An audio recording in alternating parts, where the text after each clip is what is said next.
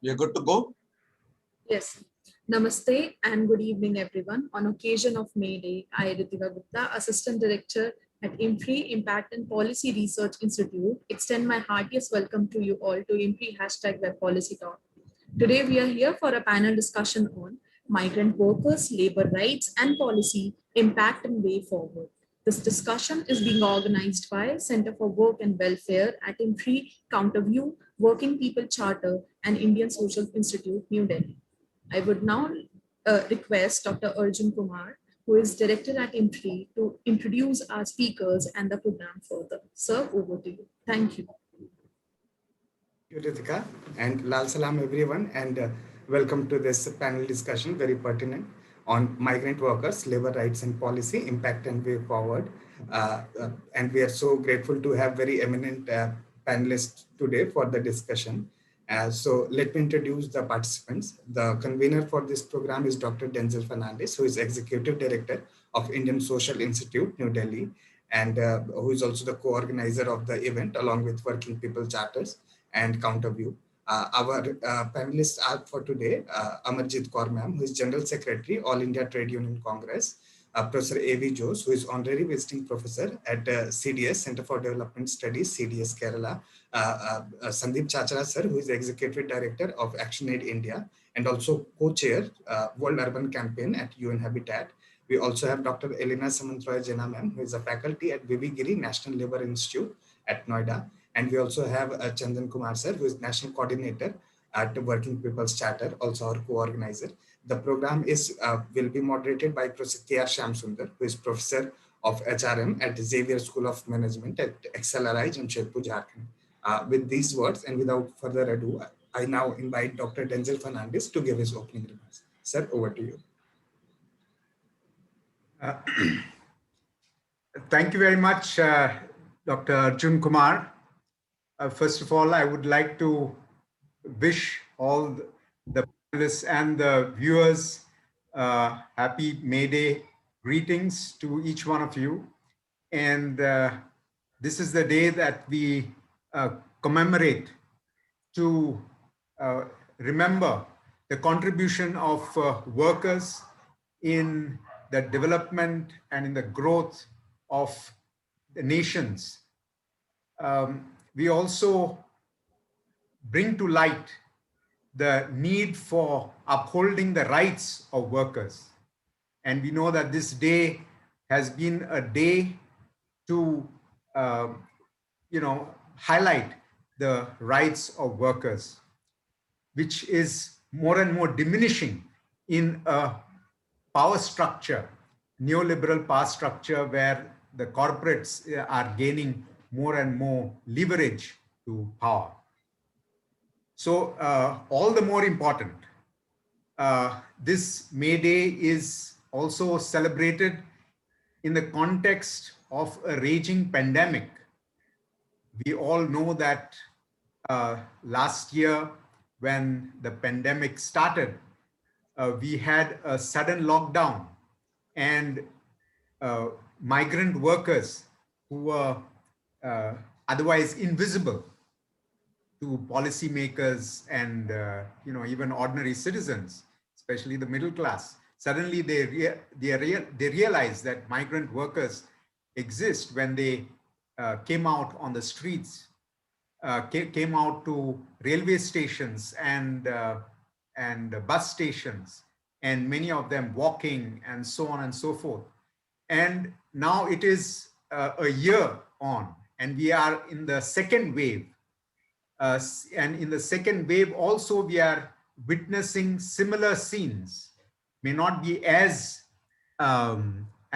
tragic as last time, because the transport is still working this time. But this whole issue of migrant workers, labor rights, and policy is very much apt for this discussion. And we need to have this discussion to see how policy and how our efforts can impact workers, especially unorganized workers, migrant workers, and see how things can be taken forward. As you all know that there were a lot of webinars and a lot of activities highlighting the plight of migrant workers and so on in the context of in the pandemic situation. Then we also had the labor codes being rushed through the parliament without proper consultation. And then we also had the migrant policy that the Niti Aayog came up with.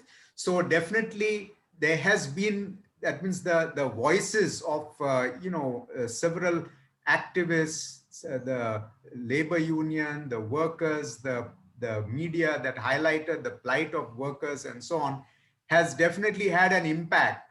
And therefore such type of programs are very important to keep the tempo, to highlight the need for the basic rights of workers, which are human rights. They need a decent wage. They need decent living wage and decent living standards and working standards, which are very much recognized and established, well established in according to the International Labour Organization. And so we have to see how our laws and policies are attuned to all the conventions that have been, we are part of at the International Labour Organization. And so at the beginning of this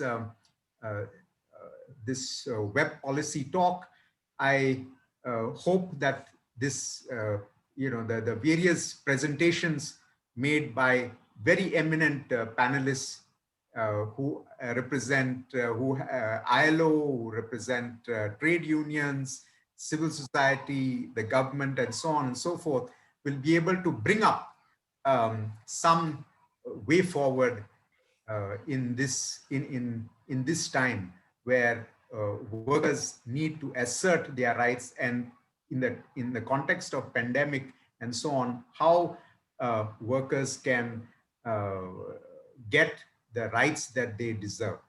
So with this, I would like to hand over to Arjun Kumar, back to Arjun Kumar to take the policy talk forward. Thank you. Thank you so much. Thank you so much, Dr. Fernandes. So with this now, I invite Professor K.R. Sundar to take the proceeding further and moderate the panel discussion. Sir. Thank you, Dr. Arjun Kumar. Am I audible? Yes. Yeah, thank you, Dr. Arjun Kumar. Firstly, let me make the May Day greetings to all the people. This time it is not just about workers. The May Day is about human rights. The May Day is about people's rights. The May Day is about people's lives and livelihoods. So the last two, last 2020 May Day and 2021 May Day are unique, though tragically, in the sense that the rights canvas has been widened to capture not only the workers, the working class, the farmers, the artisans, the people, irrespective of class, color, creed, gender, race, etc. So in that sense, a universal May Day greetings to one and all. Having said that, I wish to at the outset thank IMPRI, Dr. Arjun Kumar, Simi, Mehta, and others at IMPRI, the Working People's Charter, and of course the Indian Social Institute to have organized this important conversation on the theme Migrant Workers, Labor Rights and Policy, Impact and Way Forward.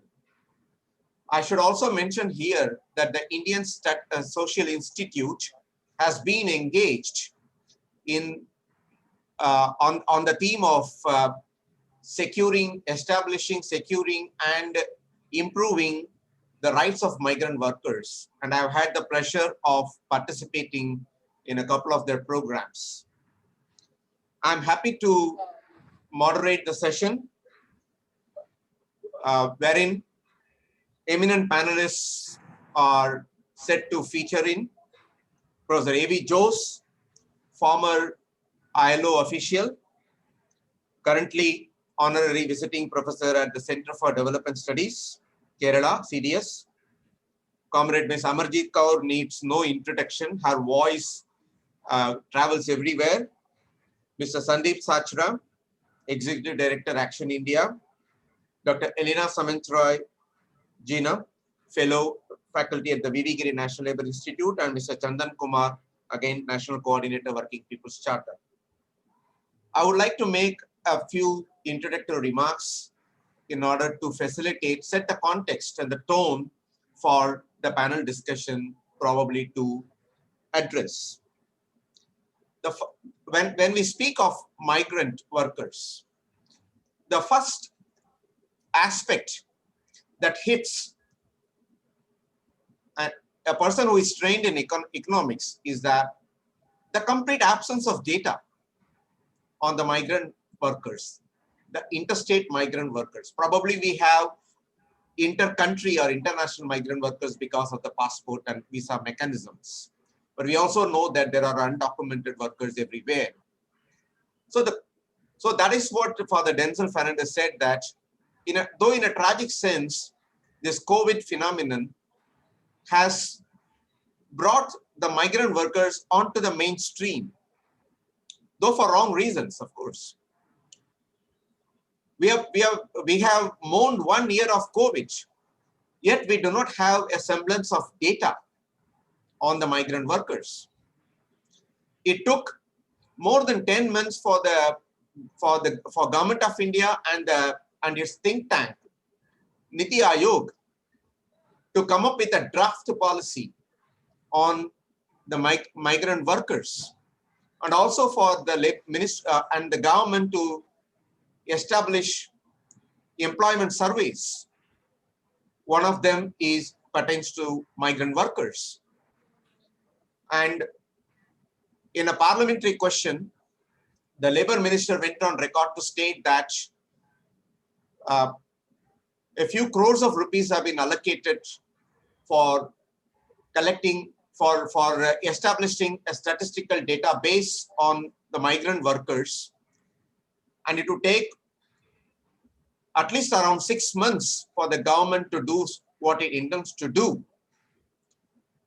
Assuming that they do, by the end of this 2021, we should have probably a database. We do not know whether they would go by census method or sample method, whether the objective of the exercise is to arrive at an estimate or to identify the migrant workers on a census mode. At least I'm not clear. If the panelists can throw some light on that. So the first issue I would flag is that, is the draft national migration policy a good draft indeed? We have read commentaries in the media, and it was floated in the month of February, and this is May. Is there any update on that, where trade unions consulted on the draft national migration policy? The stakeholders consulted. And what is the outcome that is expected? When would we see the final migration policy? That would be issue number one. Issue number two is about the establishing a statistical database, and of course, identifying person-wise, person-to-person migrant workers on a data portal in order to enable the government, central government and the state governments to do direct benefit transfer if it intends to do, which has been the clarion call of the trade union movement, and also academics and intellectuals cutting across ideologies. So that would be the second issue I would be interested in. The third issue is, of course, we have the second wave, the COVID-21, and reverse migration has begun, notwithstanding the denials by the respective state governments and the union government, we have witnessed here and there certain unfortunate incidents. A stampede in Delhi was reported, and staying in Jharkhand, I have come across news reports which said that migrant workers are rushing back to their hometowns. And the last few days, the newspapers have reported a considerable spike in the demand for jobs under MG Narega scheme. So the third question would be, do we have the necessary policy measures to tackle the migration either at the urban spaces or at the destination spaces like the rural areas? Either already the Delhi government and the Maharashtra government has announced certain direct benefit transfers to the construction workers because they have a construction cess fund. So how do we deal the migrant workers at the point of origin, at the point of destination in a reverse sense? Could there be gender elements? What kind of public policy do we need? And I would also very much appeal to the panelists to also discuss whether the labor codes, are they any better than the existing labor laws which are still on record, because the labor codes have not come into effect as it was promised from 1st April 2021. So if the labor codes are not adequate, what kind of possible actions could be done?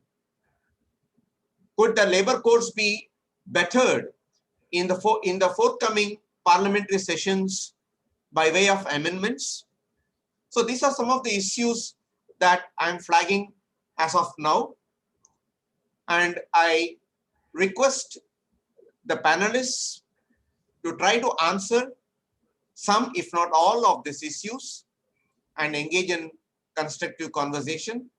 With these introductory remarks, I am pleased to invite Professor A.V. Jose, Honorary Visiting Professor, Center for Development Studies, CBS, Kerala. And as I know him well, he was formerly with the ILO. Over to you, Professor Jose. Thank you very much. Thank you, Dr. Shyam Sundar. Thank you for inviting me to share in this forum.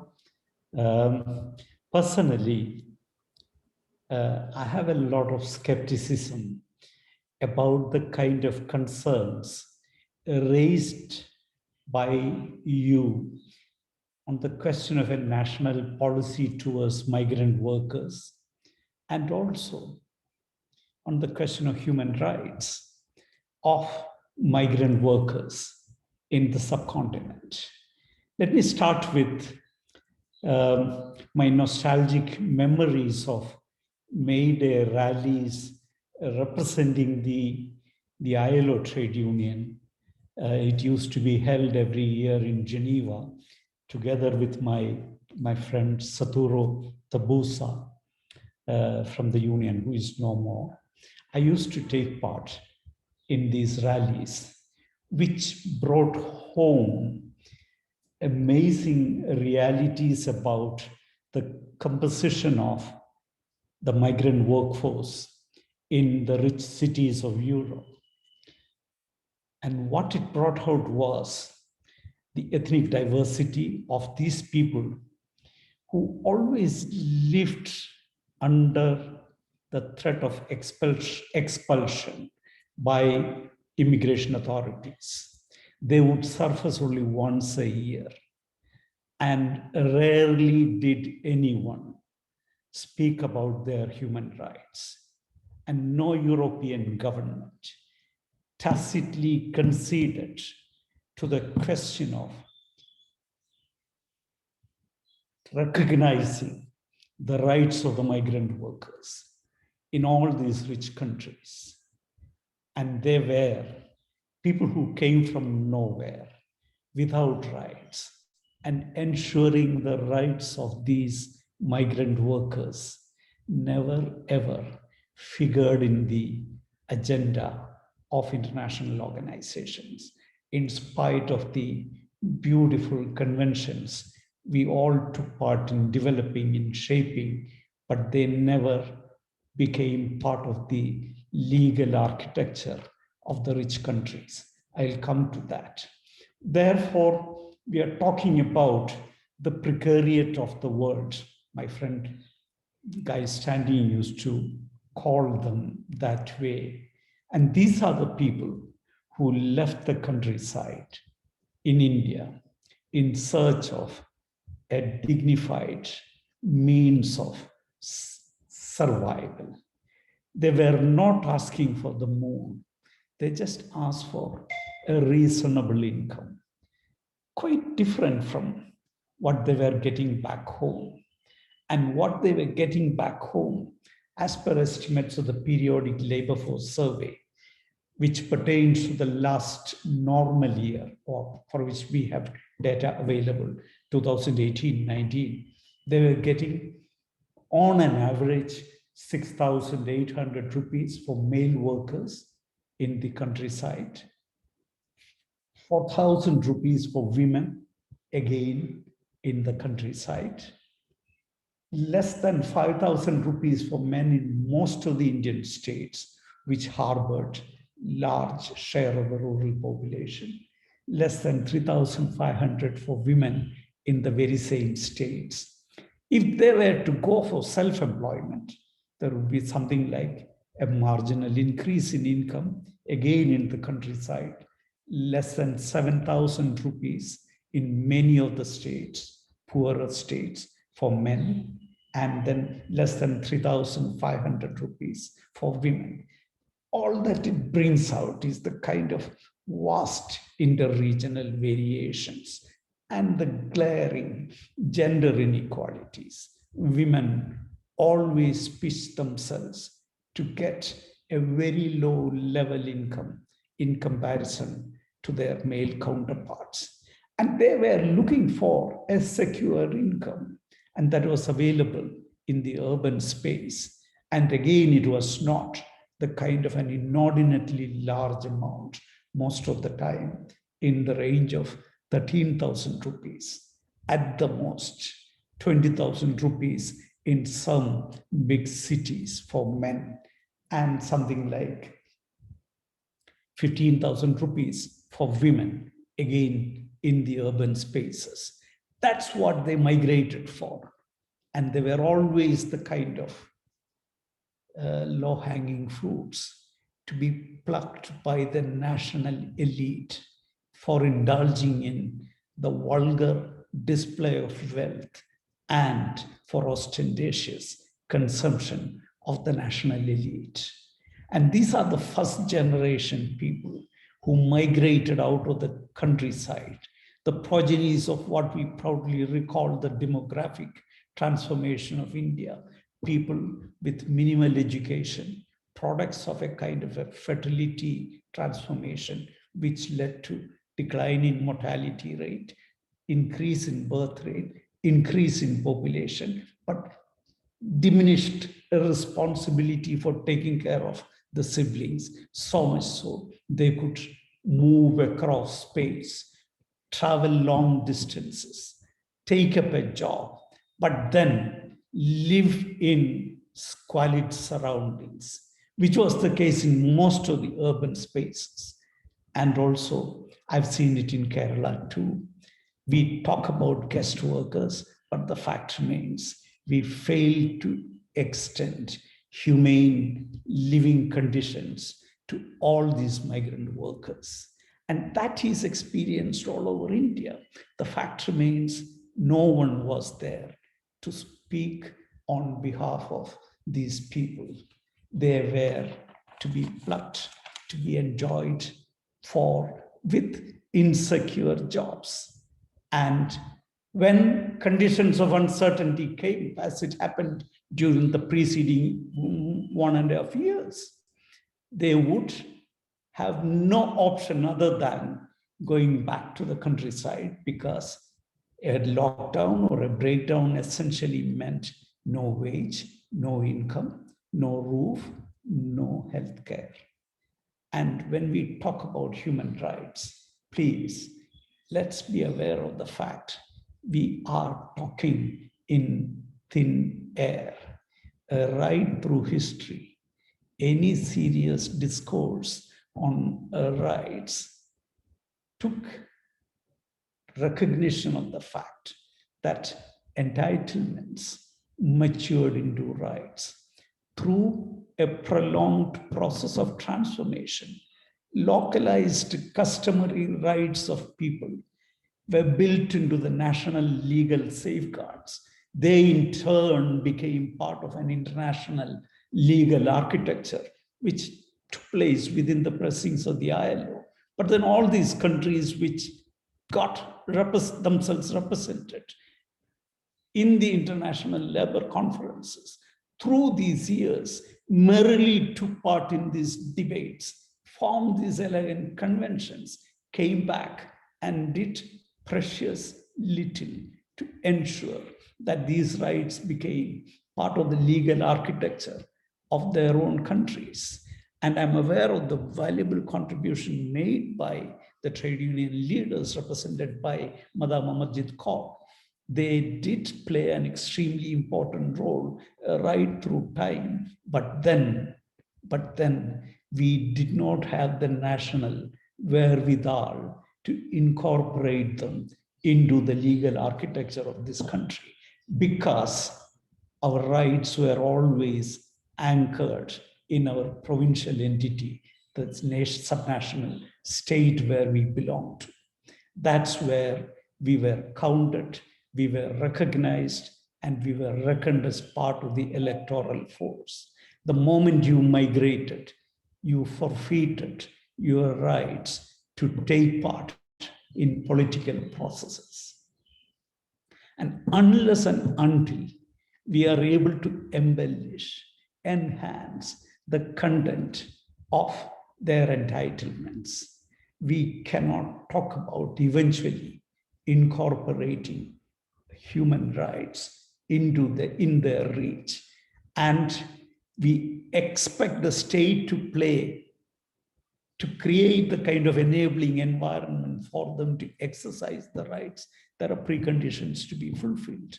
The state must be able to respect, protect, and realize the rights of these workers. A mere legal reform will not attain it unless we create the kind of wherewithal for people to decide on their migratory status, which means if we ever do take any action, it has got to be back in the countryside. Create the kind of wherewithal for people to stay on where they are and acquire the kind of ability to decide on their migration question. Make sure that the distrust-induced migration we see in the subcontinent is replaced by a demand-led migration, which means we have to build up the entitlements of people back in the states where they belong to. These entitlements are a right to food, a right to a secure job, a right to healthcare, a right to basic education. All these things can indeed be made available to them, provided we have the political will to do it. And there are instances of states which have done it, some in the South. Certainly, many are desperately lacking in this particular care setup in the North Indian Indo-Gangetic plain. And that is precisely the reason why this enormous influx of migration to the urban spaces where people are compelled to migrate. Therefore, any action plan we think about what is there to be done in future, therefore has got to begin with establishing the wherewithal for people to stay on where they are. Thereon, we should be able to talk about creating the kind of secure environment in which they can they can gain access to rights and entitlements. The legal edifice guaranteeing them secure jobs or secure incomes can come at the instance of trade unions in collaboration with urban, local, self-government entities, wherein access to healthcare, access to minimum laws, minimum wages, these things can be enacted and made accessible to workers. But that's a long way to go. The polity has got to do a lot more serious rethinking. And therefore, it's the electorate has got to be made aware of the importance of containing these. Right now, the funeral pyres in urban spaces, probably they will be extended to the countryside. But then before they engulf all of us with the kind of big bonfire of vanities, we should try to take care of the inequalities building up in our countryside, which can be contained through redistributive transfers focused on education, healthcare, and urban and dignified living environment, which again will create, which alone will create the minimum reserve price based on which each migrant worker can decide on his or her future. Take this crucial question, whether to migrate or not. Then onwards, the urban spaces, you can say, we will be able to give them dignified means of dignified existence, minimum wages, employment, state insurance, state employment, healthcare facilities through employee state insurance, and dignified means of living at the end of their working lives. All these can be incorporated. And please, let's be aware of the fact there is no shortage of resources. It's just a question of the polity's goodwill being mobilized for this purpose. And that is a dream which has got to be realized by all of us concerned, talking together and evolving appropriate institutional mechanisms. And let's all bear in mind that we are, to begin with, and at the end, economic migrants, and our interests are common in this respect.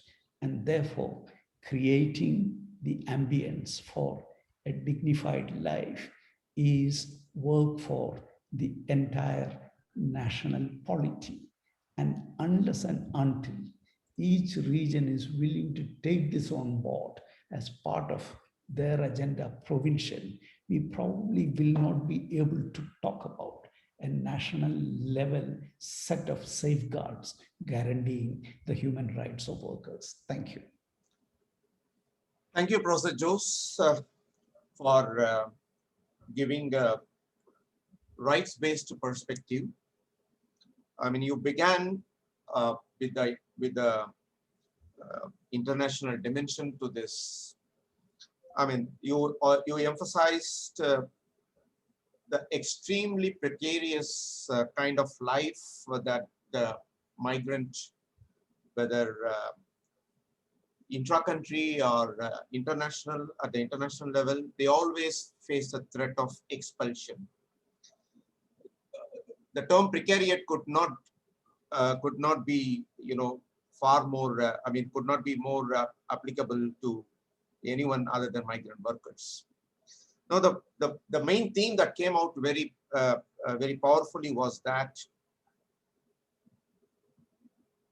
we must tackle, if we have to tackle the migrant workers' issues, we must mind the rural economy in order to provide a range of entitlements like right to food, secure job, good health care, educational access to education, etc., so that people in the rural areas are empowered and thereby they are able to take a rational economic decision whether to migrate or not to migrate, In other words, they don't fall prey to distressed migration. They are able to take a rational demand-driven migration. So it's a question of empowering people so that they take sensible and rational economic decisions, which means we need to strengthen the rural economy. And then, even after that, if people migrated to urban spaces, then the urban economy could tackle by providing the necessary wherewithal. So then it brings to the fore the question about the interface between the the policy pertaining to the rural economy and the policies pertaining to the urban governance. And these are very important questions. In fact, they form the ingredients of the national migration policy that could be there. And of course, you emphasize the role of the state in order to transform, create entitlements and enable them to be transformed into rights. Thank you, Professor Jose, for this excellent comprehensive coverage of the issues. We could not have had a better introduction to the forthcoming panel discussions. And when we talk of human rights, we talk of labor rights, we cannot ignore trade unions. And we have a really powerful voice in Comrade Amarjeet Kaur, who is known to speak her mind on various issues. Madam, over to you. Thank you very much. Thank you for the organizers of this today's discussion on migrant workers, labor rights and policy. And first of all, I agree with all the previous speakers that May Day greetings are not only for workers of the world unite. These May Day greetings are for asserting for human rights, people's rights, lively and livelihood. Having said that, I would agree with the presentation of Professor A.V. Jose and the briefing made by Shyam Sundar on his presentation. So I don't want to repeat those things. I want to further go ahead with the questions which have been raised.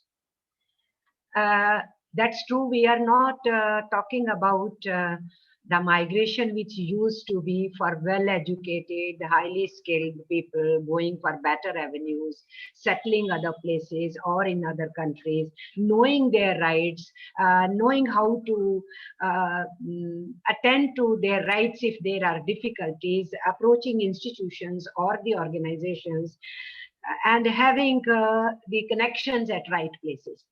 Here we are talking in this present discussion as placed by Professor A.V. Jose also, we are talking of distress-induced migration. So we are talking about those people, and that is what we saw in COVID-19 first phase period. That's how they were suffering, that's what we saw.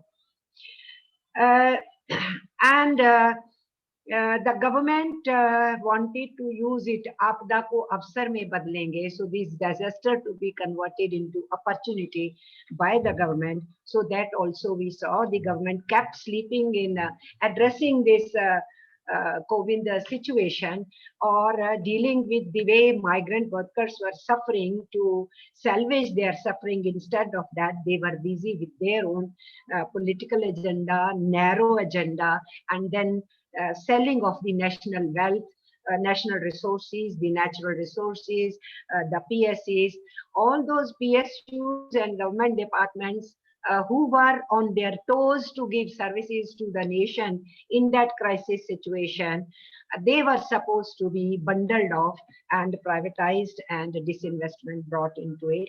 And in this second wave also, we are once again witnessing that it is the public sector once again coming to the fore in helping the people, in helping the nation.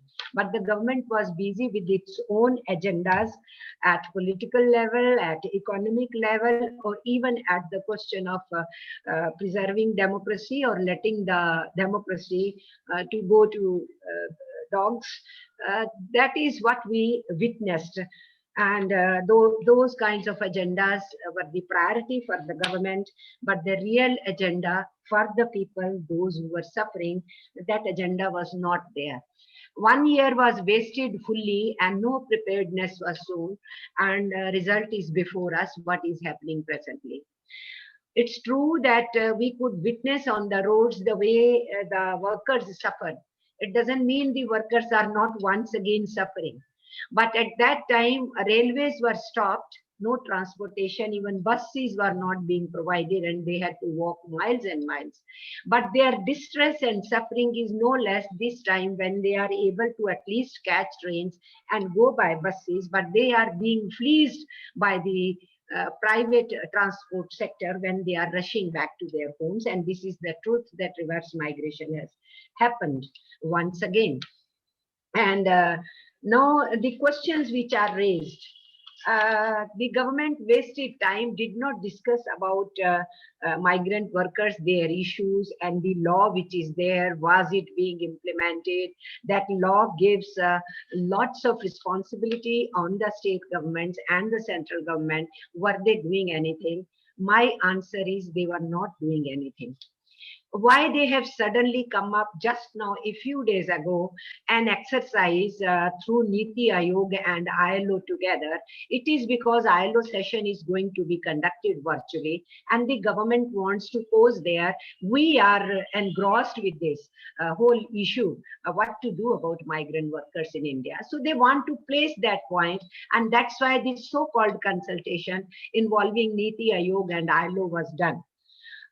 To create records for the namesake that the trade unions were also there being consulted, the trade unions were invited. To our dismay, what is asked, the question posed by Shyam Sundar ji, what was the government reply? What is the latest? The latest is, they said that whatever draft is prepared by ILO, they are working on it and the government will come up with the policy, and once the government comes up, then it will share with the labor unions. So nothing was shared with us. It's the same story that our Indian Labour Conference, which has not been held for last 6 years, that Indian Labour Conference was not there to discuss about labor law changes and the codification process. So these so-called records were created now and then to show that tripartite structure has been respected, but it was not. What to talk of trade unions being consulted, the way Parliament was dealt with. The day we were having strike on 8th January, that day the Code on Labor was introduced. On that day when we were going on strike, and there on that very day, the minister, while introducing that code on wages, instead of repeating their own so-called expert committee recommendation of 376 rupees per day for the workers as minimum wages, he came down to say it will be 178 rupees per day, and they left the national minimum wages. They talked about floor level wages. So the legal implications of minimum wages were to be given go by. And the standing committee's recommendations, the parliamentary standing committee recommendations were also not taken into consideration. And the trade unions have been saying that the labor codes need to be revisited, withdraw these, discuss with us one by one, and then only talk of rule framing. But the government, instead of that, used the COVID opportunity, and in month of September, the ordinances which they brought in June for farm farming community, they converted them into law in that September parliamentary session. And the rest of the three codes were also introduced, and no discussion happened on labor codes. On farm laws also, in Lok Sabha only for a little bit, whatever discussion happened. In Rajya Sabha, even that could not happen. 8 of the MPs were thrown out, and then in the melee and in the noise, they said that the farm laws have been adopted, including the electricity bill, which was also introduced there. But what happened with these 3 labor codes? One was already adopted in parliament. These 3 labor codes, there was total boycott by opposition. The opposition was absent in the parliament. Only ruling party MPs and the ministers were present. And the minister was sounded when the opposition is in a total walkout, these labor codes should not be introduced. But they chose this opportunity to introduce these labor codes. And the absentia of whole of opposition, the ruling party minister introduces, and ruling party MPs without discussion, they say yes, yes, yes, and in Lok Sabha and in Rajya Sabha. So even parliament was insulted. So if you are asking what they are doing about the labor codes, this is my answer. This is how they have been responding to. On migrant labor law, which is in existence, through occupational safety health code, whatever was existing, instead of looking at it, is it being implemented or not at the demand state or the supply state or statistics collation or whatever it is, instead of doing that, this migrant act is supposed to be done away with through occupational safety health code. And now the talk of policy is going on, which we are very doubtful. They are leaving these migrant workers on their own mercy. उनको किस्मत पे छोड़ दो, जिनको जो उनके साथ होना है होने दो. Then the question which is posed by Shyam Sundarji, by you, that on the statistical database. So government doesn't have even data of the doctors who died during Corona period. They could not give even that data. And on every data, whatever was demanded, they could not tell. Even on these oxygen making plants, which they were supposed to put in place before the second surge coming, even that they began in the month of October and ultimately brought it in December, and ultimately the funds being given in the month of March. And now we see what is happening to the people: black marketing in oxygen, black marketing in vaccine, black marketing on the injections, life-saving injections. For infectious diseases in India, all vaccines were always given free of cost by the government. Government used to buy from companies and deliver it to the citizens, those who needed, free of cost. And now look at how the government itself is indulging into the business of even this vaccination question. All of us sitting over here know every day we are listening to and reading to the news which is there, whatever limited resources we are receiving the information, because most of the media doesn't want to tell the true picture. So from statistical point of view also, if you say that statistics is most important for the governments to make policies, but the government has no intention of collating it, because the government dismantled its own institutions which were collecting. We know what they did to NSSO. We know what they have done to Statistical Institute. We know that even the data on by the Labor Bureau, how they started hiding it. And many of the officials of these bodies had to resign because they were frustrated. So I am really skeptical as far as the government's seriousness of collating these statistics, and that to collect correctly and then transferring it to the state governments and the local administration to come out with some kind of a help to these migrant workers. I have all doubts. And as far as reverse migration is concerned, There you talked about construction workers. They have their welfare boards, and there is a money over there. Cess collection is there. But during previous time, what did we see? Government of India counted even this into their package. A money which is collected for workers in the welfare board, and that being disbursed, they wanted to show it under their packages.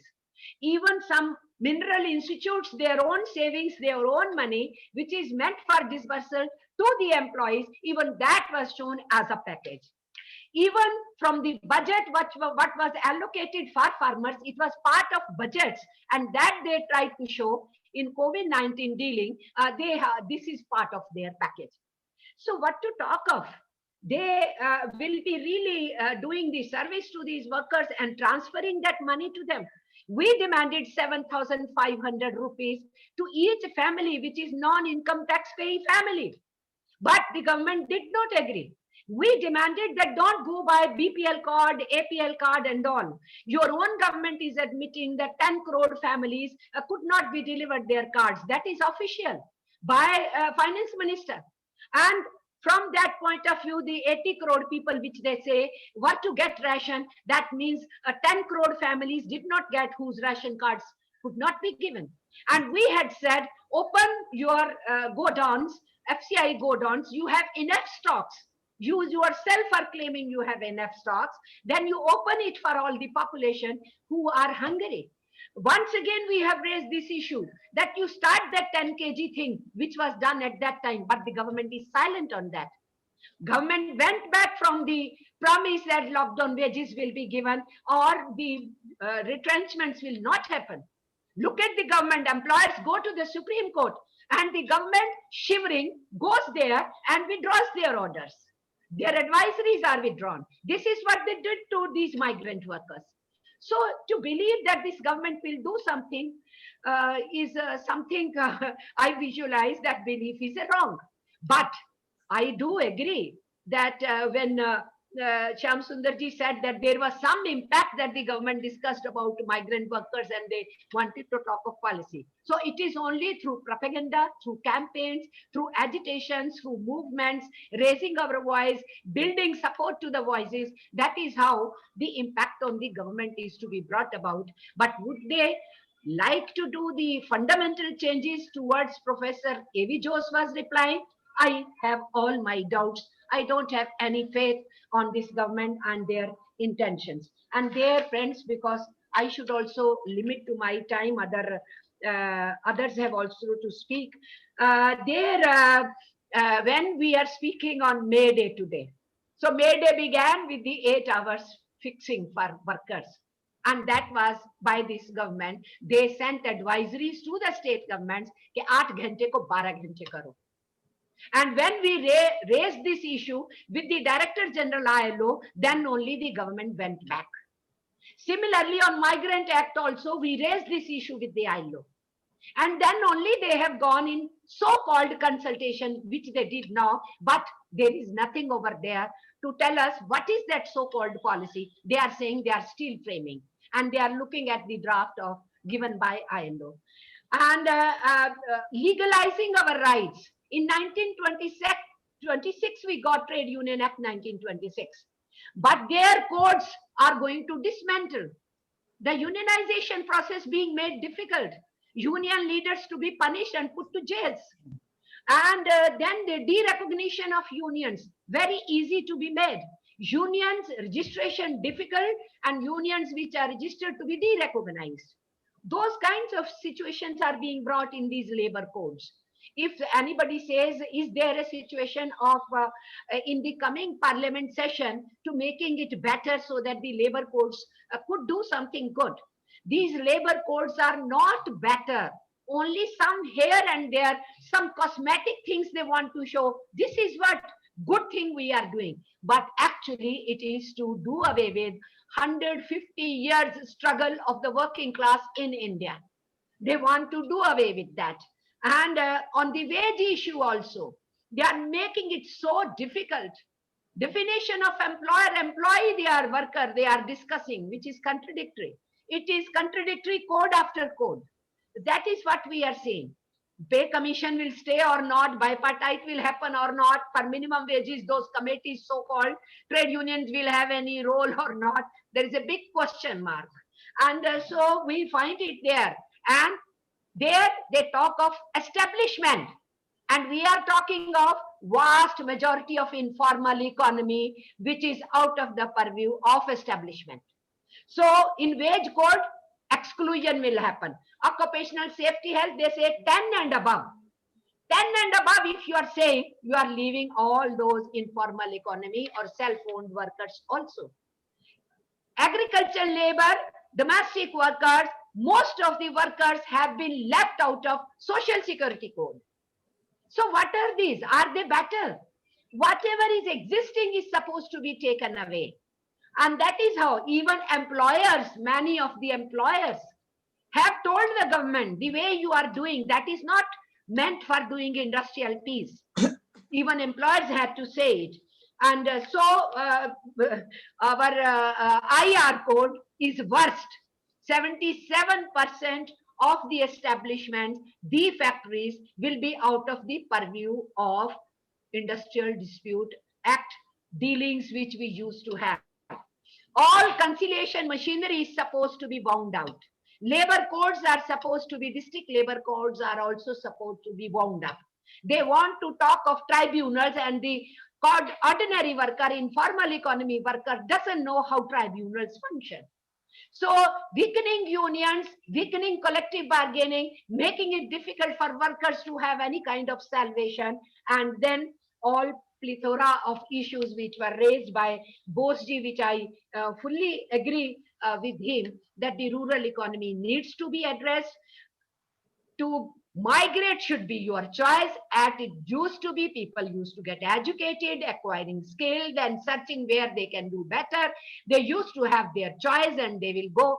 I'm not saying earlier also distress migration never used to be there, but it is increasing in this neoliberal economic fora when contractualization and casualization is the norm, and regular jobs are to end with this fixed term employment law which the government is bringing.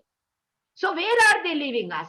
They are leaving us that we should accept the slavery situations of the British era.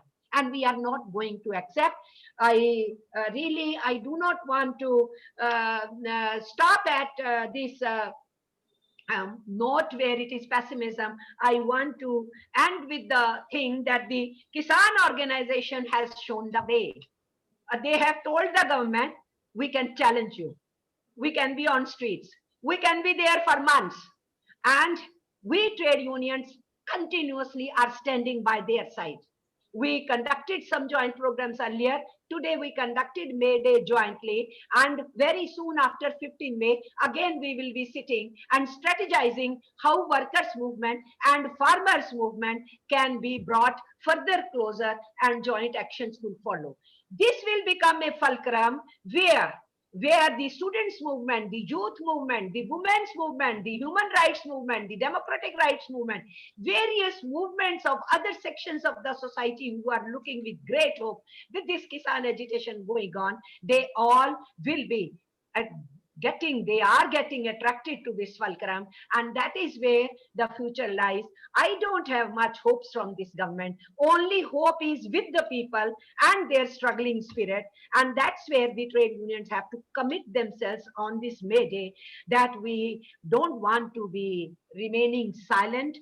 No chance of remaining silent. There is every necessity that we speak, we be vocal, we be on streets, we will do it, we will follow all the norms and forms of this COVID guidelines of our doctors and all. But even then, today also I went to Singhu border. Yesterday I took my second vaccination. I was told that 4 days I should not go to areas where there is too much of people gathered. But I could not stop myself. I had to go there. I had to speak there. Because how if we give a call, joint May Day by workers and peasants, and then if the responsible trade union leaders don't go there. So I had to go. So this is how we, the trade unions, and I commit myself on behalf of AITUC, the first national center founded in India in 1920. I want to carry forward the legacy of my predecessors who fought and sacrificed for nation's freedom also, and for achieving workers' right, and all both these things, achievements and our freedom itself, our sovereignty itself has been put in danger. Even constitution itself is being put in danger. So this is a high time we speak up also, and we fight and use every possibility, every forum to raise our voices. Thank you for giving me this time. Thank you, comrade. If anyone wants to have a reality check, they should listen to trade union leaders, and particularly Comrade Amarjeet Kaur, who with her fiery speech and her contact with the ground realities have made 4 powerful arguments. Her first proposition was that when the hard-won labor rights pertaining to the so-called organized sector employees and established institutions like public sector and the labor statistical system are being dismantled, disfigured, and attacked in various ways, what to speak of the voiceless migrant workers. This was a proposition 1 with which no one could have any quarrel. The second proposition was that the government, typical of its nature, the state, has only sending signals of pretensions to social dialogue in order to have national and international public PR, public relations exercise, in order to bureaucratize what is essentially a very important democratic institutional process called social dialogue, on which the entire foundations of the remarkable global institution, UN institution, ILO, is founded. No social dialogue, no federal dialogue, no dialogue whatsoever. They are merely symbolic in order to create records. So that leaves the trade unions utterly helpless. The third powerful proposition she put forward was that the labor codes are not an exercise in bettering the labor rights, historically acquired labor rights. There may be here and there some semblance of positive endorsement of labor rights, extension of labor rights, but as a whole, it is an exercise in dilution of hard-won labor rights, and she sees no hope. But the most important point that she made, on which people like us, academics, would lay hope, pin hope, is the broad social movement that the trade unions, the classic vanguard of the working class movement, the people's movement, the social movement that she has envisioned that would take place alongside the farmers' movement. It should become from social movement to people movement. It should have a widest possible participation, because we find that the economic, social, political policies followed by the government, irrespective of the party in power, they endanger, in fact dilute, the basic rights, human rights, as Professor Jose put it. So this is possibly the way forward that IMPRI can look at, and possibly organize a webinar to find out how this particular, the landscape for action or the policy scape for action could be taken forward. With these words, I sum up Comrade Amarjeet Kaur's very powerful and very emotional presentation, and which, which of course keeps us, which tells us that we need to be on toes all the time. We cannot be complacent at all. I'm pleased to invite Mr. Sandeep Chachra, Executive Director, ActionAid India, Co-Chair, World Urban Campaign at UN Habitat. Sir, over to you. Thank you. Thank you. मजदूर दिवस पर सबको मुबारक हो, लाल सलाम, जिंदाबाद साथियों. May Day greetings to all. Friends, I follow two stalwart panelists, a fiery speech by Comrade Kaur. So there's not too much that I would speak on, but I cannot disagree with any of the points that they have made. What I would speak to in an abbreviated sense are some thoughts based on what the moderator asked us to, Professor Shyam Sundar, but also some reflections on what the earlier speakers spoke to, so that we continue this dialogue rather than different pieces of diverse inputs. The first point I would like to make in reflection is with reference to the title of the talk itself. In my opinion, and has been referred to by others as well, it is very, very difficult to separate out the question of migrants from the vast armies of informal workers. In my sense, that's probably a politics in the negative direction. It's very difficult intellectually and practically to say who's a migrant and who's informal and what's that separates them apart from the physical act of movement. We know of circular migrations. We know anybody among the informal workers of the world, and in India, Indian informal workers today constitute over 6% of the global population, about more than a third of our population. So at what stage do they migrate? One drought makes them migrate. One COVID makes them re-migrate. One flood makes them migrate. One crisis or conflict makes them migrate. So it would not be the correct direction, in my view, even in the policy sense, to set out separately and intellectually as well as politically, because for me, this tantamounts to one type of fragmentation amongst workers. So my first point is not to intellectually lay too much emphasis, okay, for purposes of certain policies, but not to lay too much emphasis as the nation has over the last 1 year. The activists have over the last 1 year focused attention on the unmasking of issues of migrant workers. For me, the last 1 year has been the unmasking, if at all, to the world eye, we always knew it, of the issues of all informal workers of the world, which to, as Professor Jose earlier said, which is about 2.2 billion people of the planet, about a third of the planet itself, and majorities, of course, in the countries of China and India. So I would want to begin with that point. The second point that I would like to make in reflection is the point around thinking of history.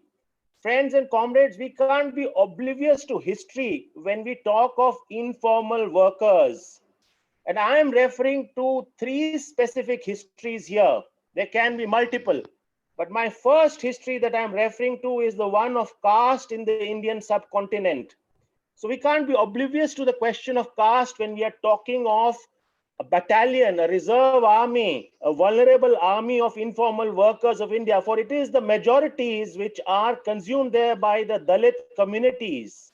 And it is their question of history, one which deserves an apology of various kinds. And I'll come to that in a bit. Even if you look in the current context, in the advisories that we suggested last week, the National Human Rights Commission on the context of COVID and its impact on workers. They obviously want migrant workers. We obviously push for informal workers. Is on the question of very, very vulnerable work in their language. I know there's not much hope, Comrade Kaur, but yes, the very, very vulnerable workers, the ones on front line, which are called front lines, let us break that down. Who are those? The sanitation workers, the rag pickers of the country, those who clean our cities, those who feed us. Who are those? Those who cremate bodies. Who are those? The burial ground workers. Who are those? Endlessly, the animal carcass cleaners. Who are those? The so-called caste-based sex workers. Ambedkar, of course, had views on this because he didn't agree with the idea of sex workers when it was used in the context of caste. And I concur with him fully on this because it is a compulsion, not a choice. So in any case, if we are talking of histories, if we are talking of migrant workers, if we are talking of informal workers, the first and the foremost question to me in the context of the Indian subcontinent and wider than the Indian subcontinent, I'll come to that. Professor Jose hinted to some of those dimensions when he spoke about Europe, is the question of caste. And therefore, any attempt to redress the points of informal workers, whether in the balming sense or whether in the transformational sense, cannot ignore that simple sort of outstanding, unresolved question of our times, of thousands of years of our so-called civilization. The next question, which we can't be oblivious to when we talk of the world of work, and is the question of patriarchy. It is pretty clear, the reference was made to gender. I think it's much, much more than that. Take any sector. Last year, this year, even as my own organization, we attempt to focus on the very, very urban phenomenon, but not only urban. Rural Punjab has the same situation, the point of domestic workers. Who are these? Who are these domestic workers? Let's not only look at trades. Let's look at the people who are personing those trades. Those domestic workers are triple embattled in multiple sense, the intersectionality of issues there. So the question of patriarchy cannot be resolved, cannot be ignored in terms of resolution, and we just cannot be oblivious to it.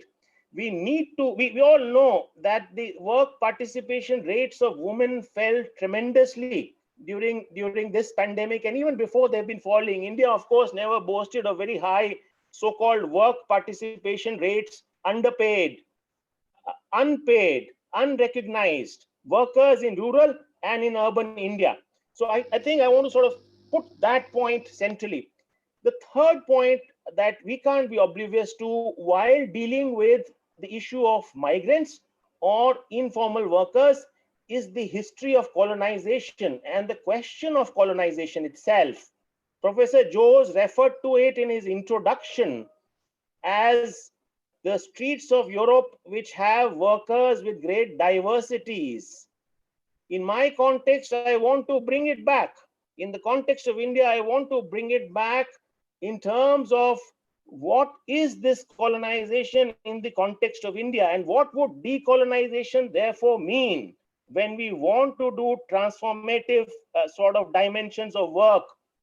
The question of Dalits, the question of indigenous people. You spoke about communitarian rights earlier in the sessions.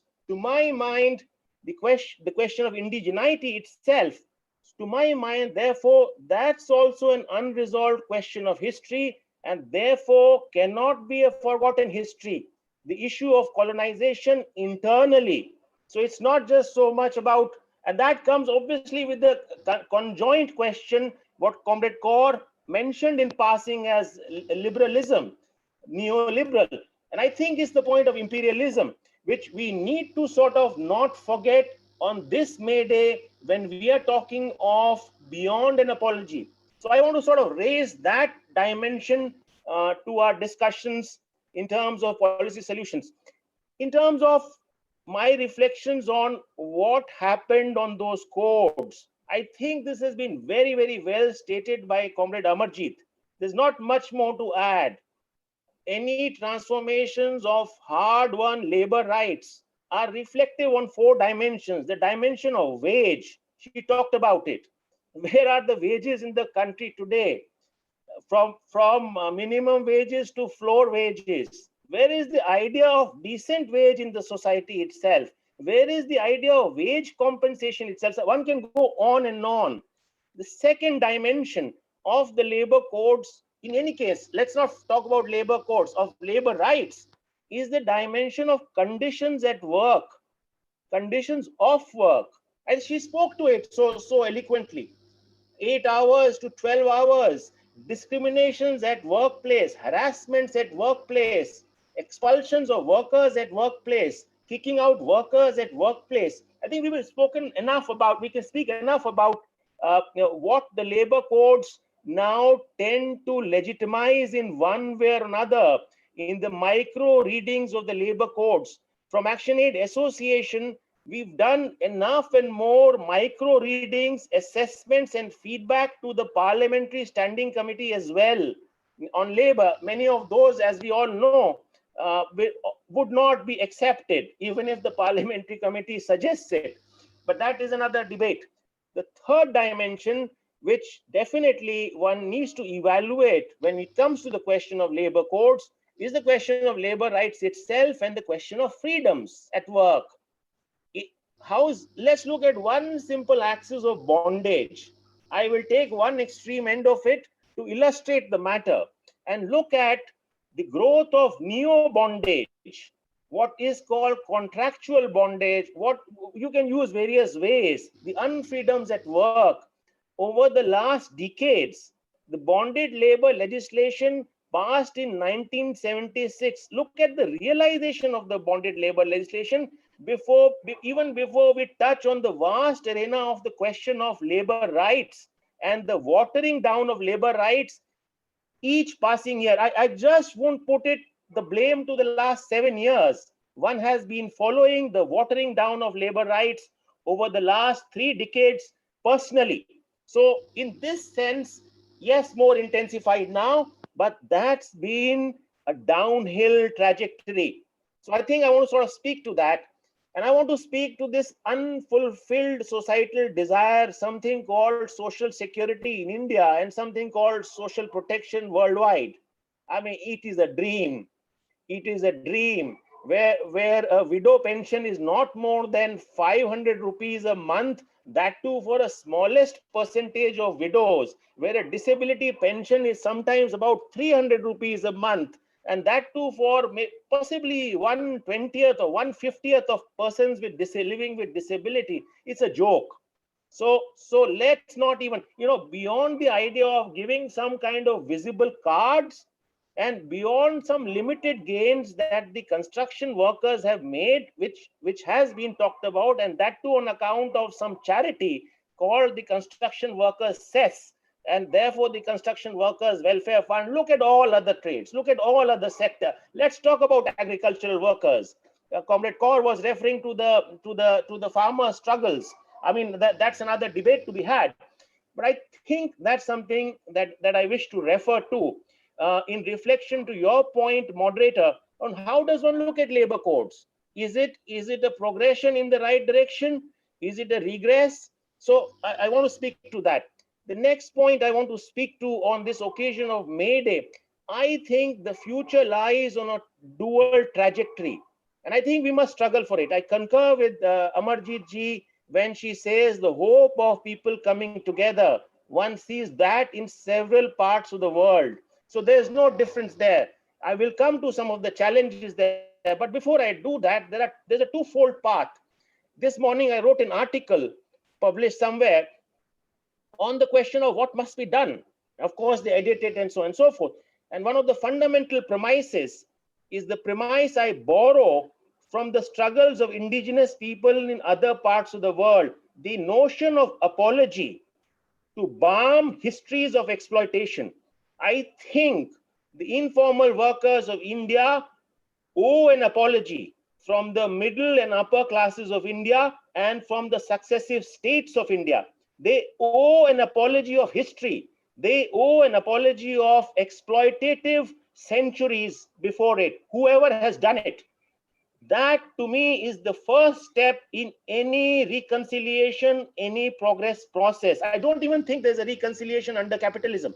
But even if we want to take transformation, as Professor Joes hinted to me, the second step is what is called these small protections that we have been talking about. Some incremental gains like the tea garden workers have made in the past years, from 150 rupees to 200 rupees to 300 rupees per day. So that incrementalism of wage fights, we're not going to get decent wage in this era, at least till things transform. But those incremental gains are also life-saving gains. So this whole idea of incrementalism and progressions in that regard is also a balm to a large degree, a balm. Things about social protections.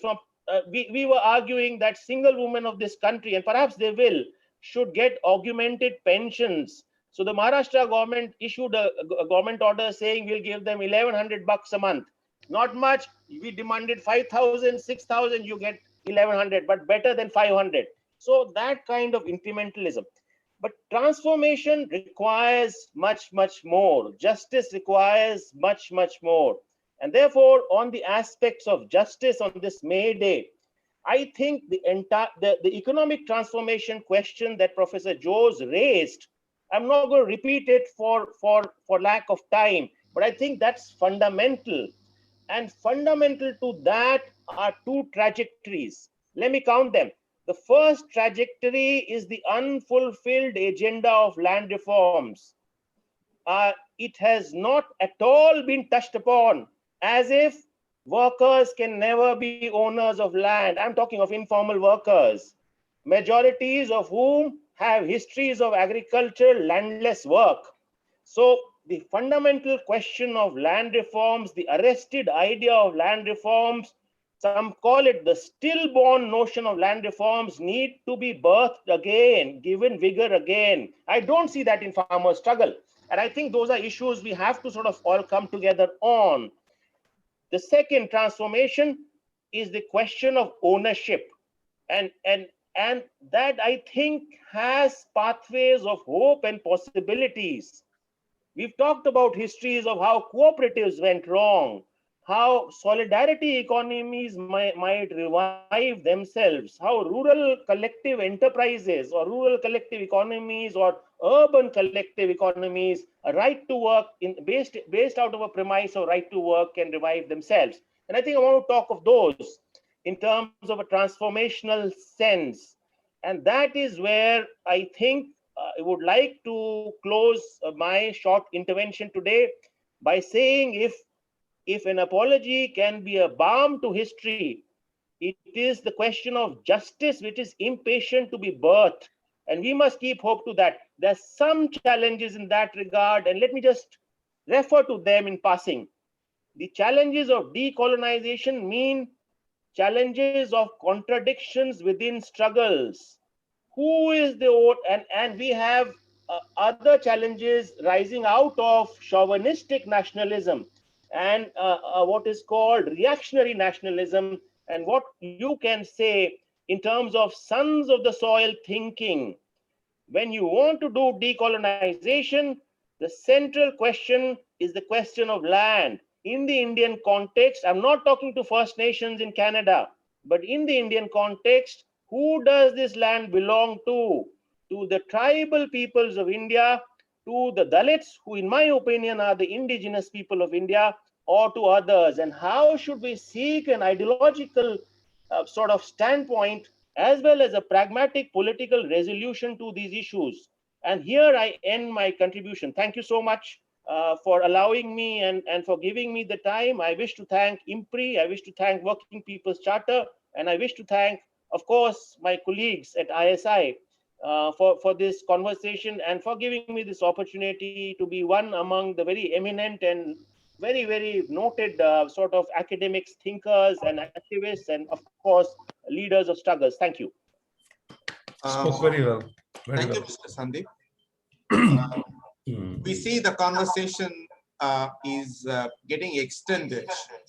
What Professor Jose, Professor Jose kickstarted the conversation by saying that the answers to this migrant issue is systemic in nature, and we need to go to the point of origin. And Comrade Amarjeet Kaur, awakened us and said that, look, there are a lot of empirical failures and there are a lot of governance failures.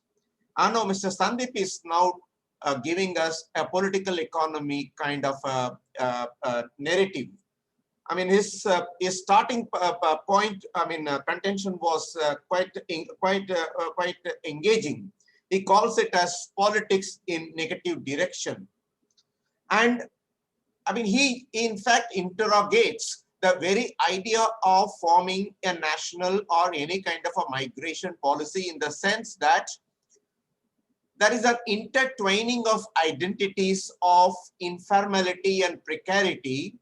An informal worker is at once a migrant worker, and a migrant worker is at once an informal worker. How do you distinguish? If an informal worker just makes a physical movement, you call him migrant worker. If he or she remains static, you call him informal work, him or her as informal worker. And that is an extremely valid point of identity. So that the kind of intertwining of identities which bring about informality, precarity, or any form, is something that we need to keep in mind when we make policies. We do not need to fragment workers, and that is what the policy should be very cautious of. But the more important point he makes is that, which I think Professor Jose could, in his comeback session, could take up, is that he's making a very fundamental point. Is work a matter of choice, an economic choice? I mean, you strengthen rural economy, you provide all kinds of entitlements and rights. Still, is work a matter of social choice? He brings onto the ground three important dimensions: the historically and otherwise deprived and exploited sections of the society. Of course, he has restricted to three. On the one hand, the Dalits, who perform all kinds of unpleasant, dangerous, dirty work. In fact, there is a huge amount of work coming up on dirty work. Forget precarious work, it is dirty work.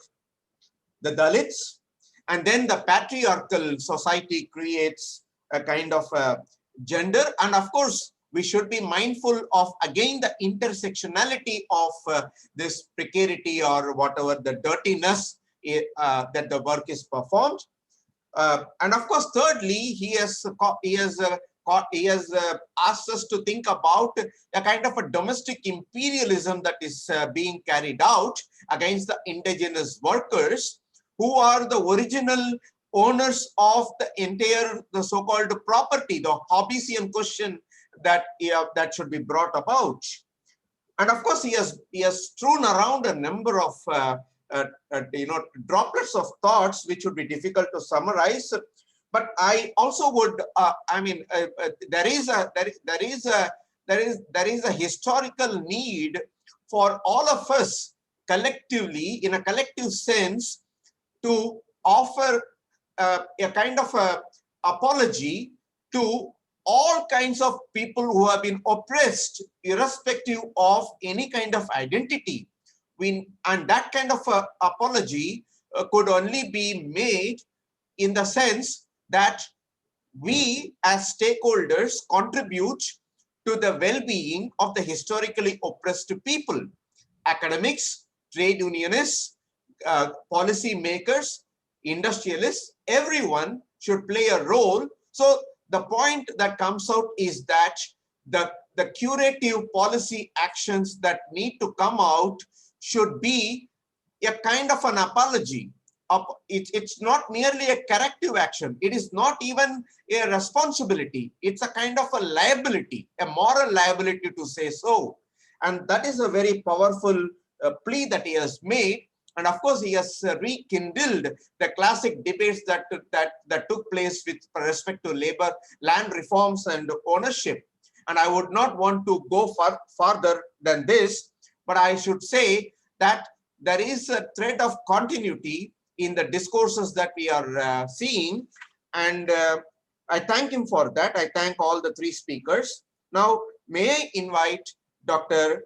Elina Samantrai, fellow faculty, Vivigiri National Labour Institute, to carry forward this interesting conversation in the ways that she would think in order to enrich and also add to that. Thank you very much. Over to you, Dr. Elina. Thank you so much, Professor Shyam Sundar. It's always a pleasure to listen to you and read your works, and also very happy that I'm amongst a very distinguished panel, including the convener, Dr. Fernandes, whom I know, and it's been wonderful also working with him. I'm thankful to Dr. Arjun Kumar, Dr. Simi Mehta, and the IMPRI, the entire IMPRI team for having me here for this important discussion. May Day greetings to all and all the participants who are here today.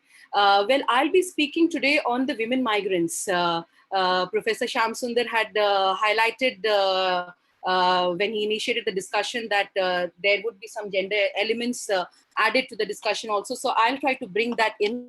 A lot has been spoken by the powerful speakers, the first three speakers whom we had today, this afternoon. So I'd be restricting myself to speak mostly on the women migrants, and to start with looking into the entire urban migration scenario where women are located mostly. And I was also looking into the chat box. There are some questions on that also from the participants. So we all know, to start with, we all know that India has been facing a decline in the labor market participation for women. And we had the earlier employment-unemployment surveys, and now we have the periodic labor force surveys. So which bear testimony to the fact that there has been a series of, there has been a decline happening, and from 42.7 at around in 2004-5 now to 24.5% in 18-19. So it's a significant decline, and if you look at ourselves within the South Asian context, which is around 27%, our female labor force is very, very low. And though we experienced 1.2% increase, a marginal increase in 2018-19, but the challenge here is that that increase was mostly because of the self-employed. And much has been talked about it, and women mostly are into self-employed. Women are informal workers, mostly in low-paying jobs, which are very well highlighted by the previous speakers also. But when the pandemic happened, when COVID-19 happened, and women's location within the urban context was mostly community, social and personal services, retail, trade, manufacturing, construction, all of these. And when the pandemic happened, it was mostly a sectoral hit. And we have seen many reports, there have been plethora of debates around it, and with around 51.9% women who are self-employed, the increase has been now to 53.4% in 18-19. So it's a huge chunk of population who are self-employed. And when we talk about this particular category, mostly migrants are located here. And again, this perennial challenge of lack of social security, lack of the reach of existing labor legislations definitely is there. There is no denying the fact that we have covered them all, or the labor codes have helped them all. There is definitely a no to it. And we know, to corroborate this, if many of the panelists are aware, I'm sure, and also the participants, that when we had the 17-19 World Report on Social Protection, that had also, of the ILO, that had reflected that globally, around 29% of people have access to regular social protection, and the rest are not covered or are partially covered. And who are they? They are these workers who are doing own account work, who are into self-employment, who are, as Professor Shyam Sundar rightly said, that who are into dirty, precarious, vulnerable employment, women workers, and most of their work does not get reflected in the national account statistics as well. So that is another debate which I'm trying to bring before the audience today, that how far have we captured, I mean, the data thing has come up very prominently, and that's very important. How far have we captured, women's work adequately in national account statistics? And the answer is no, we have not done our job better. I mean, even I agree with Madam Amarjeet ji, then even with the National Sample Survey, even with the National Statistics Office now, or the Periodic Labor Force Survey, much has been left behind.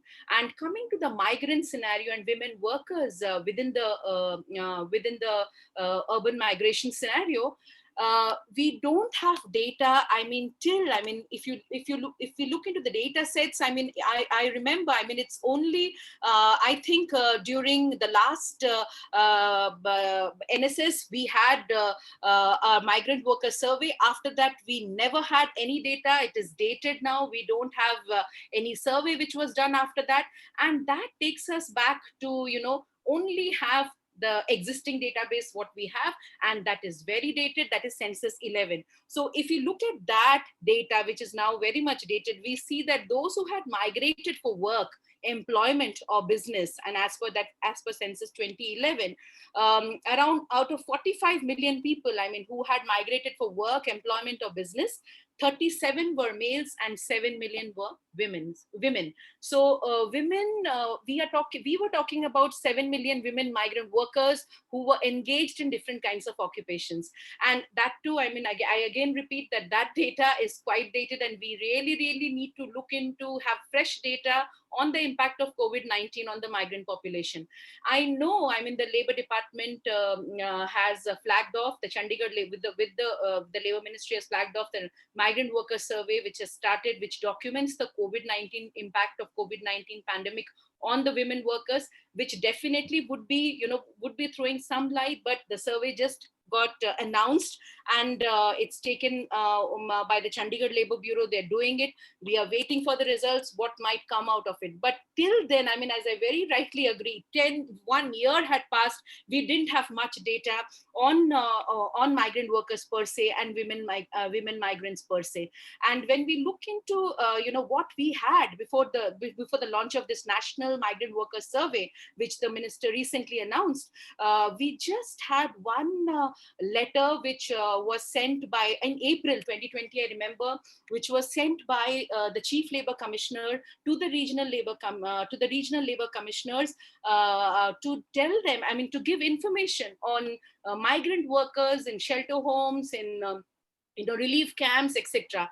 And many people questioned about that, whether they have the data or not. Do they really have the data, or whether they have been successful in collecting that kind of data? That still remains a big challenge, and that has been debated, and there is dearth of data on that also, and ministry could not provide a full-fledged database on that.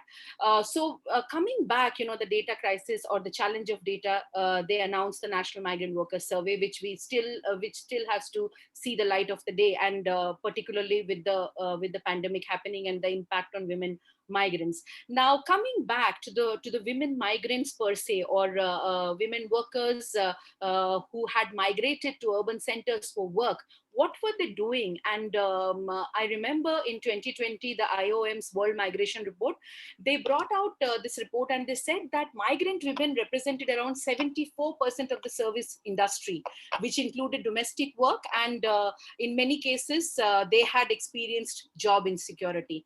And many of them were home-based workers, domestic workers. A lot has been done about them by organizations like Seva or Vigo. A lot of work has been done. Rapid assessment surveys have been done after that, but there has not been any policy response in that regard. So women who were working in these kinds of jobs, which mostly comes into an informal employment arrangement or a setup, they never had any kind of job security or social security. And I take you back, I was doing one paper on the PLFS data and looking into the job contracts. And when we look into the job contracts of these women particularly, we see that even generally we see that 75% females, they did not have any written job contracts, and only 15.3% they had a job contract for more than 3 years. So any job contract, I mean, they did not have a regular job contract which is even more than a year. And amongst the regular wage salaried, I mean, I'm sure most of you must be aware about these categories: the self-employed, the casual, and the regular wage salaried. Amongst the regular wage salaried women, also in the working age or the productive age, 67% did not have contracts. So that tells us exactly the situation where our women are located and what kind of vulnerability they have. And social security arrangements, we all know, I don't have to add more to it.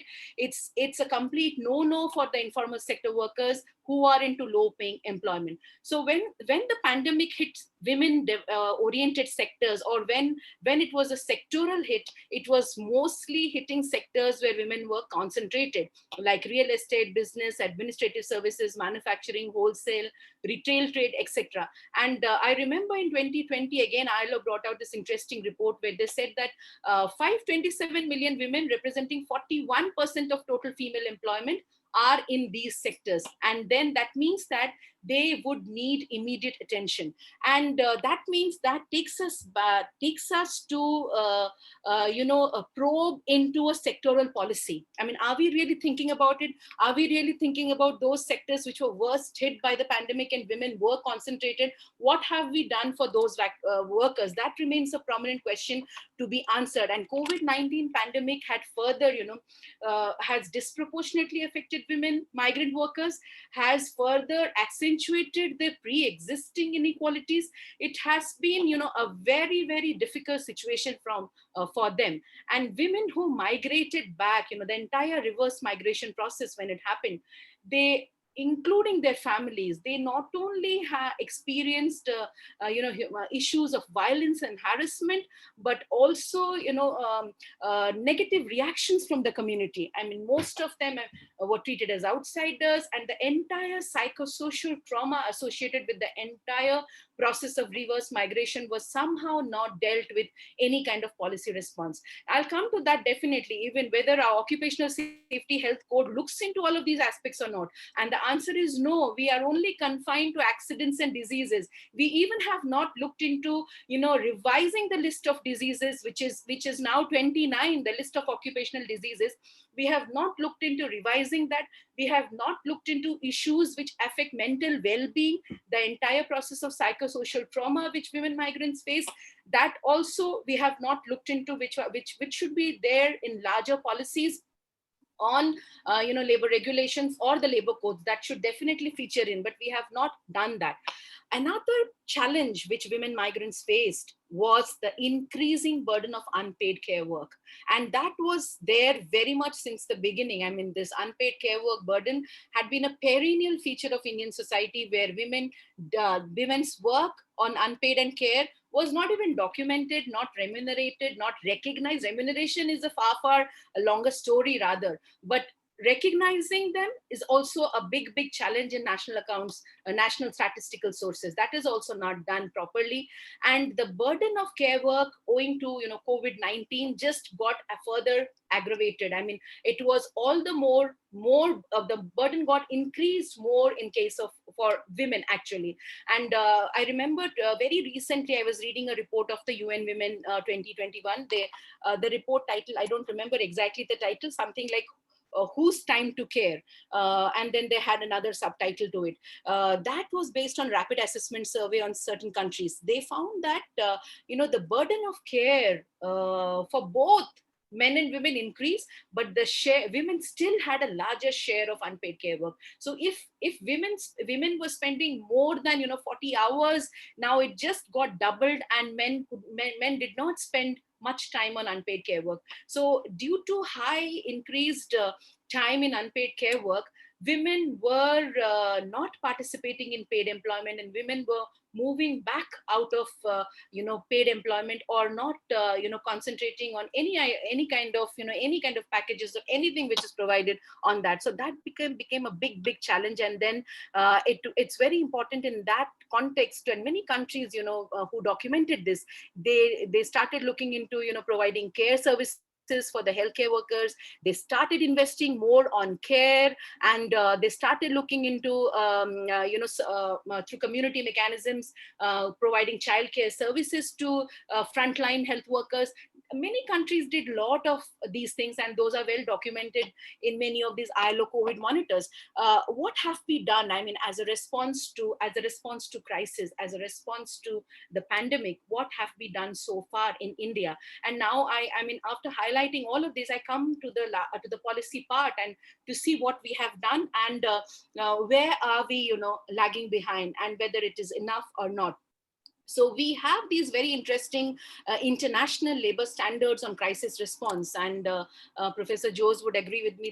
The ILO had the Migrant Employment Convention, which talks about medical facilities for migrant workers, the Occupational Diseases Protocol, which talks about reviewing the list of occupational diseases. And in 2020, there was one of these COVID monitors of ILO, and there they had this report highlighted that now, particularly in the wake of the pandemic, there is a need to consider COVID-19 as an occupational disease and to include it in the list of occupational diseases if it is contracted at the work site. So that is something which is very, very important to look at. I feel presently with the new, OSH code in place, we have the Interstate Migrant Workmen Act amalgamated along with 13 legislations into the OSH code, definitely, but the code opens up some possibilities of capturing migrant workers, but the list of diseases is 29 occupational diseases, and there is a lot of scope to realign or revise the list and see if diseases caused by virus and bacteria at workplaces can be included to it. So the rules are being framed now. There is a lot of scope, the debates are still going on to do that. But yes, I mean, OSH code has its limitations. It does not expand beyond 10 workers, and that is one of the biggest limitations, which leaves behind again many workers behind the purview of its coverage. So that is one big challenge which has, and many countries, internationally, I mean, if you look, many countries have made health provisions actually for migrant workers universal, no matter the size of the establishment. So in India, the challenge before us is we always follow a very strict establishment oriented definition, and that leaves behind much of our informal sector workers, beyond the purview of the coverage of the legislations. So that really needs to be looked at very seriously, because the OSH code intends to cover migrant workers, and if it doesn't do all of these exercises, then the code will not at all reach many of the workers, and it will be left behind. Definitely the major challenges which we look into the implementation part is because of the lack of the data on circular migrants, and we wait for this migrant worker survey, which was announced and which is now taken over by Chandigarh Labour Bureau. But I always believe that the Ministry of Statistics as a nodal agency need to be roped in. The new Occupational Safety and Health Code talks about a migrant worker survey, talks about data, talks about electronic registration, talks about toll-free helpline. Lot of things are spoken about, but how do we implement it? Even when I was going through the rules of the code, there are no clear-cut guidelines on how things would be implemented. Many states, I remember, I mean, including Odisha, they have the Shramik Sahayata helpline. They have started capturing data on migrant workers. Whether there are these interstate coordinations happening for the implementation of the code. Some states have good practices on migrant workers. Are we documenting that? Are we bringing them in discussions or not?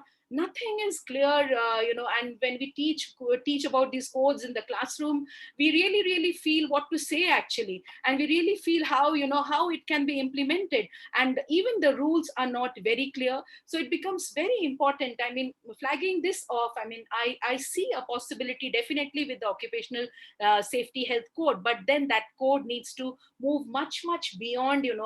There should be a national policy definitely on migrant workers, and health aspect need not be, restricted only to the restricted definition of establishments of having 10 or more workers. So that becomes very, very important to look at now.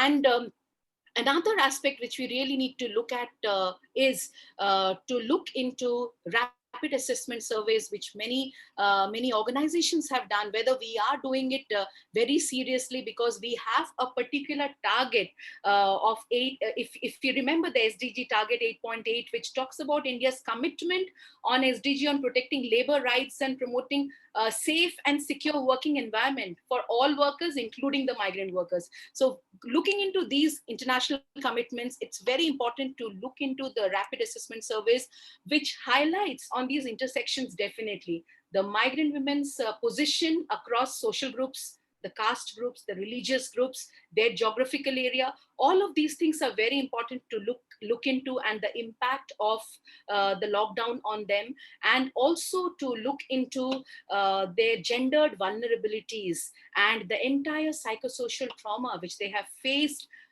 ranging from quarantine measures to going back to their villages and facing discrimination. All of these things need to be looked at very seriously, and the Occupational Safety Health Code actually needs to go a step ahead into looking into workers' well-being than only documenting accidents and diseases. It's very important to look into that. And for women migrant workers, it's very important to, the new time use survey is in place 2019, which documents time spent in unpaid care work.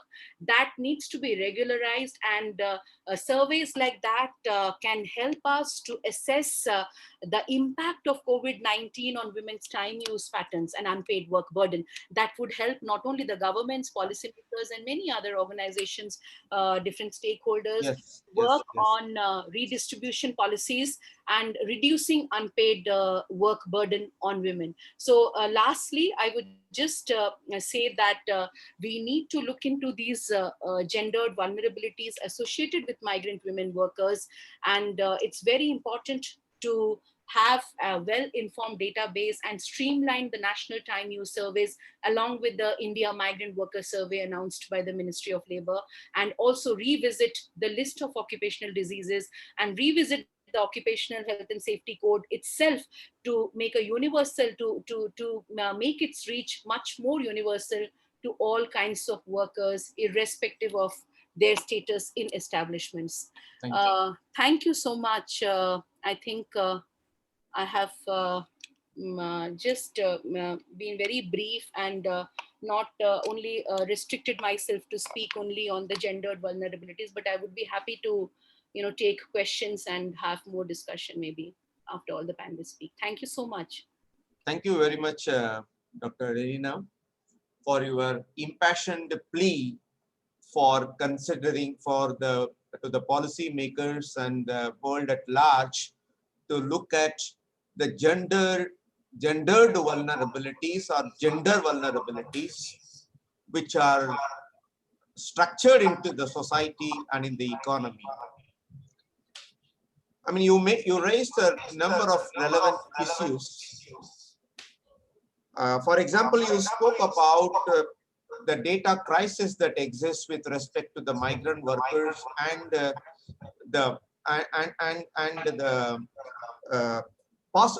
complete ignorance of the invaluable contribution made by women through their unpaid care work.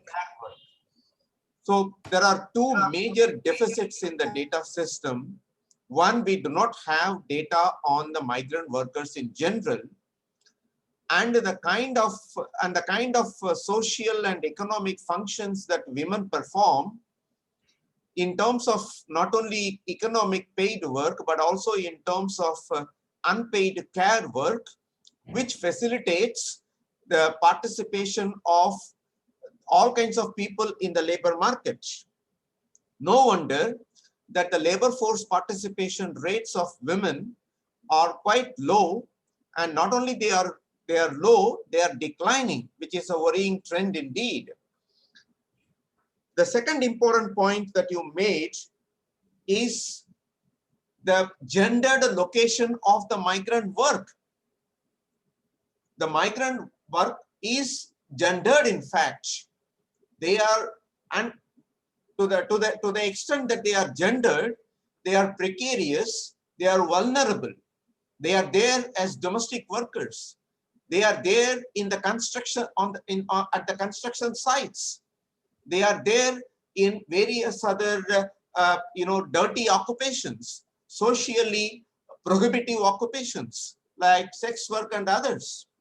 So you raised an important issue also allied with that, that the COVID has possibly, I mean, we need to document that. We all know that intuitively and otherwise experientially, the COVID-19 has exacerbated the existing social gendered inequities in the system. So it is no longer an economic issue. It is no longer a rational economic choice. It is not sufficient to empower. It is, in a sense, we need policies. We need social policies that work. We need to redefine. We need to have a relook at the entire, the issue of how to define occupational disease. For example, the ILO has in the policy monitor said that there is a deficit in the sense that COVID, the biological diseases or the kind of spread, the kind of diseases are not covered in any country for that matter if they are contracted at the workplace. I would go one step further to say that they are not. It has to be at the not only the workplace but the social spaces, because the people move during the transit from their family site to the work site, they would contract. And that is where I come to a very important point that you made, that the violence and the harassment that the women workers experience at various sites, at the work site, at the social site, and at the domestic site. And thereby, we need to, and I appeal to Comrade Amarjeet Kaur to take it to the policy dialogue of the important convention that the ILO adopted, C190, Convention 190, which talks about Violence and Harassment Convention, adopted in 2019 at the historic International Labour Conference in 2019 in commemoration of the 100 years of ILO. So we need, the point that Dr. Elina made, they again widen the contours of the conversation that we have been having, that it is not the workplace per se, it is not the economic policy per se, it is not the code per se. We need to look at the issue in a holistic sense. We need to look at if Sandeep talked about, Mr. Sandeep talked about historical inequities, Dr. Elina says it is the historic inequities, but in a deeper sense, it's the social inequities. It is the way we perceive what is work. She has posed a very fundamental question: how do we value work? Do we value work which is monetized? Don't we need to value work which enables monetized work that is performed at various economic realms? So these are very important questions that she has posed. And of course, there is a South Asian variant, if I may, Dr. Elina, that we have a very low and declining women participation, labor force participation work of women. So it could be cultural angle also that could be probed into. And I think that the discourse is getting widened and widened, and it is getting wider and it is getting deeper. And I think we should thank Professor Jose, who talked about looking at the fundamental aspects of migration by looking at the point of origin. Here I am reminded of the seminal work done by my guru, Professor Rajiv Deshpande, when he analyzed the segmented labor market. He said that segmentation emanates at the place of origin. In the rural labor markets, the segmentation emanates, and it is, it carries forward to various, in a kind of a wave-like phenomenon, and it comes to the destination and the urban spaces. Thank you very much for bringing the various facets of the problems that we face. And Comrade Amarjeet Kaur, you have a lot on your plate to take to the policy arena, and I'm sure Mr. Chandan is waiting to add his weighty views to this. Over to you, Mr. Chandan. Thank you. So, first of all, I think it's already a lot of things have been spoken. I mean, Comrade Amarjeet Kaur has already talked about each and everything. Not much for me to contribute. Then Sandeep ji and Elina, Dr. Denzil, everyone contributed. I think not much to contribute. I don't want to basically talk about any terms of facts and figures. I think Elina has given a huge data. I'm just wondering that, as Comrade Amarjeet said, that this government is really bothered about the data. This government is really bothered about the policy. This government is a fascist. What are you expecting from him? This government is not bothered for anything at all. On the recommendation of all the central trade unions, the ILO DG is writing to Prime Minister. Prime Minister is not even bothered to reply.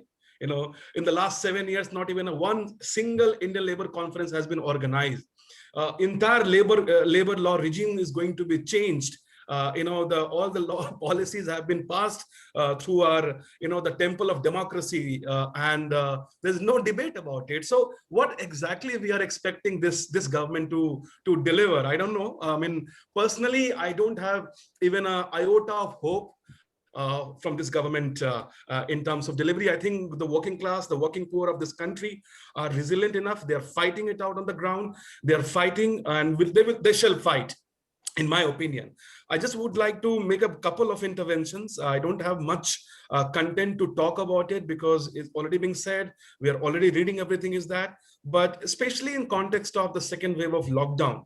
And just, just speaking to some of the workers who basically came into our contact last year, and there's a train called Kolhapur Howrah Express this morning. And the bunch of basically the Odia workers is saying from the sleeper class train, Amarjeet ji, that, the TT ne hamara bhi sara paisa kaatna shuru kar diya hai. We've only got the general class ticket, और वो हमारा we waiting का ticket charges काट रहे हैं. हमारे पास पैसा नहीं है, पुलिस हमको धमका रहा है. So look at the way the things are unfolding still, and who's going to bother about that? So I think the entire debate, the way we discussed, the way we kind of deliberated the whole last year, we need to do the course correction in so many places. And did we really do that? I don't think so that we have moved even an inch on this front. And as I said, the workers is fighting themselves on the ground, along with their Sangatna, along with the trade unions. I think there are two things I really would like to highlight. Indeed, we have seen that the way some of the efforts basically have been taken, particularly by the Chhattisgarh government, in framing the draft policy. I saw the draft policy, which is very, very good, but still hanging in the air. There's no notification of that. Similarly, with the Telangana government, the two state government, I could see the concrete efforts in framing the policy for the migrant workers, and yet nothing has happened. And then Ministry of Labor, on the basis of Ministry of Labor recommendation, the Niti Aayog came up with the policy. Other colleagues have already spoken about it. And this, again, nothing have happened. So I think there's no clear directions about that. Who's going to pay the money? What exactly going to be the structure? What will be the accountability of the state government? And look at this entire process. The trade unions, the workers' organization are not even consulted for that, not being involved in this whole discussion. Who's going to implement this such a mammoth, and there's a huge task is on that. So I think as far as the state is concerned, I feel there are some state government is doing that, but the central government is not making any progress at this development. Coming back to this whole second phase of lockdown, and I think there are some good announcements being made so far, like a Maharashtra government announced 1,500 rupees as an economic package for domestic workers, construction workers, street vendors, and informal transport workers. And I came to know, and speaking to some of my comrades and friends, that there's some disbursement have been made Similarly, in the Rajasthan, there are some, announcement by the social welfare department for the single women, the widow, the destitute will be given 3,000 rupees. So there are some examples, basically is that, but again, is for the registered workers. Like, I'm not even understanding what is the difference between registered and unregistered workers. I mean, look at the economic survey report, over 120 million seasonal migrants. I mean, this is absolutely a fact. The moment a Bihari workers, Udia workers, leave the state boundary and they become the citizenless. They do not have any rights where they can access any citizenship, entitlements at all. Nobody recognize them. We can give the data as an organization, but nobody really bothers about the data at all. Giving you an example where I'm working, especially in Maharashtra, where the linguistic politics plays a very, very important role. If you are a Bihari, then you are a bhaiya, if from the UP, you're a bhaiya. Even though the state wants to do something, workers cannot be registered because you don't speak Marathi. So look at the so many factors that the neoliberal economy has created in front of the working class. And these are the kind of, I would say that the huge hindrance which not allowing workers to, access their basic constitutional rights. I mean, I could, just to, recall the last year. And I was there in the Mumbai-Pune industrial corridor, Professor Shyam Sundar. I can tell you, forget about the informal sector. In the informal sector, big industrial units like a Mahindra, Audi, Mercedes-Benz, all this big automobile sector and all the small subsidiaries in the Pimpri-Chinchwad area. I could see the workers sitting outside the factory gate. Nobody is bothered to take care of them. Contractors are not picking up the phone. Employers are shut down. Nobody responding to their phone calls. So I think even look at the kind of horrific situation what we saw in the organized sector. Forget about the informal sector. Look at the people in the informal settlements who are living like domestic workers. All these kind of people. So at this stage, I think, in my opinion, the workers, have to go ahead with their own, bargaining skill, the way they have been doing that, because majority of this labor laws, as Dr. Elina said, that the migrant workers policy, look at this whole situation, the OSH code, the government has increased the threshold from the 5 workers to 10 workers. That means the more exclusion. You don't have any policy or the legal statutory measures where the migrant workers can be registered and can access to anything. So look at the new labor regime. So workers don't have any even hope for that. And I'm sorry about that, but I always feel, the way things, the working class should have really critical about and should have been, kind of fighting for this whole labor law reform. But unfortunately, the large number of these workers have never benefited from these labor laws, right? Because we know that these all labor laws enacted during the, I'm not saying in the archaic era, but when these laws were enacted, that time our economy was totally different. And look at this last 20 years and 25 years, the new regime there's no such law, no such any amendment. Talk about the Industrial Dispute Act, talk about Factories Act, talk about all the social security laws like ESIC, EPF, all have a same threshold, which do not permit, which do not allow an organized sector or largely the informal workers to access any kind of benefit. So I don't know why workers will oppose such reform. Well, this is my opinion. I may be wrong also, but this is what I've experienced. कि हम किसका विरोध करेंगे? मतलब हमें पता ही नहीं, हमें कभी ESIC का कॉमरेड अमरजीत को कभी लाभ ही नहीं मिला, तो हम किसका विरोध करने वाले? हमको फैक्ट्रीज एक्ट का कभी लाभ ही नहीं मिला, हम किसका विरोध करने वाले? So I think it's a very kind of structural question, and I'm seeing that the central trade unions, especially the leaders like Amarjeet Kaur, is raising it very, very efficiently. Time has come up. There's nothing called formal, informal. I know the only one word called the unprotected workforce. There's nothing called. I think these are the binaries of the 20th century. These are binaries created by the capitalist regime for this whole informal, formal, organized. Everybody, I think, except class 1 and class 2 employees in the government sector, everybody, every single workers is unprotected these days. And after this labor law reform, there's nothing is going to be happen as far as the statutory rights is concerned. So I think this is a fight where we need to fight it together. This is a fight we need to all come up together, and we have to see that how government can be at least little accountable on that. And just to say the two concluding points, I just want like to wind it up. I feel, the country like India is such a a huge country, nothing called like a national policy or the national law. I think there's a whole battle is going to be in the state. I think we are the federal democracy, labor is in the concurrent list. Every state has that equal power to make the law. And Professor Shyam Sundar, I think you will agree to me that state has the equally, kind of equal power in time. We were having a, kind of the high level meeting of all the central trade unions in Maharashtra, and I also happened to be there, and it was a great suggestions coming from all the unions like ATAC, HMS, CITU, all of us together, that if the central, the central labor codes are going to exclude the huge number of workers, why can't the Maharashtra government has their own policy and make sure the workers who are going to be excluded, they can be, can be protected by some state enacted legislation. So those kind of suggestions are coming it up, and which is very, very, I would say that's a progressive step. And just to lastly, I want to say that I think I personally have completely lost hope on this whole policy, kind of,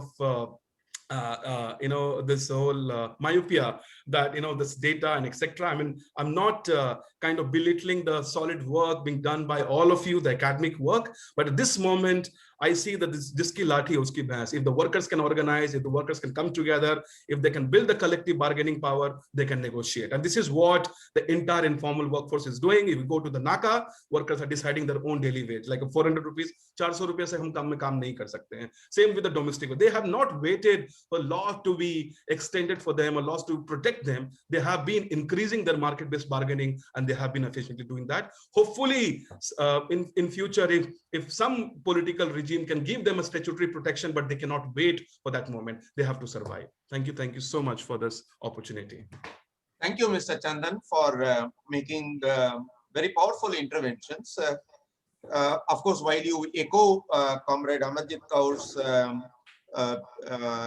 experiences, that nothing really happens at the policy level, no social dialogue, nothing. I mean, it's a question of disillusionment.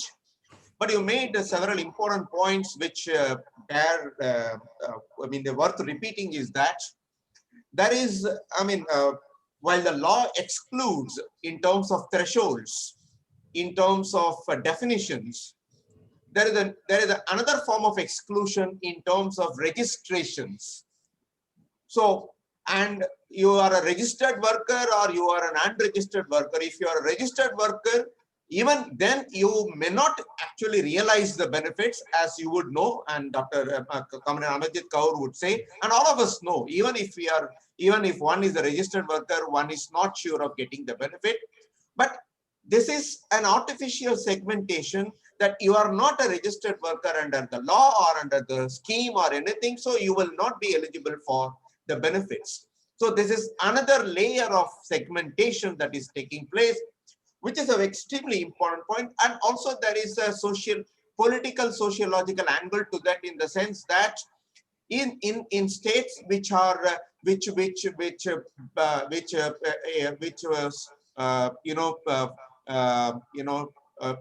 show linguistic chauvinism, and where the registration process is language constrained, then how do a worker from other states speaking another language actually comply with the registration process? Of course, Kerala has shown the way by giving a multilingual helpline and the registration process center. So there is something that other states could, and this could be a kind of a rallying point for the trade unions to put across to the governments that the registration processes should not be constrained in terms of not knowing the language to do so. So it could be a multilingual portal. So that is something very important to note. But you also said that,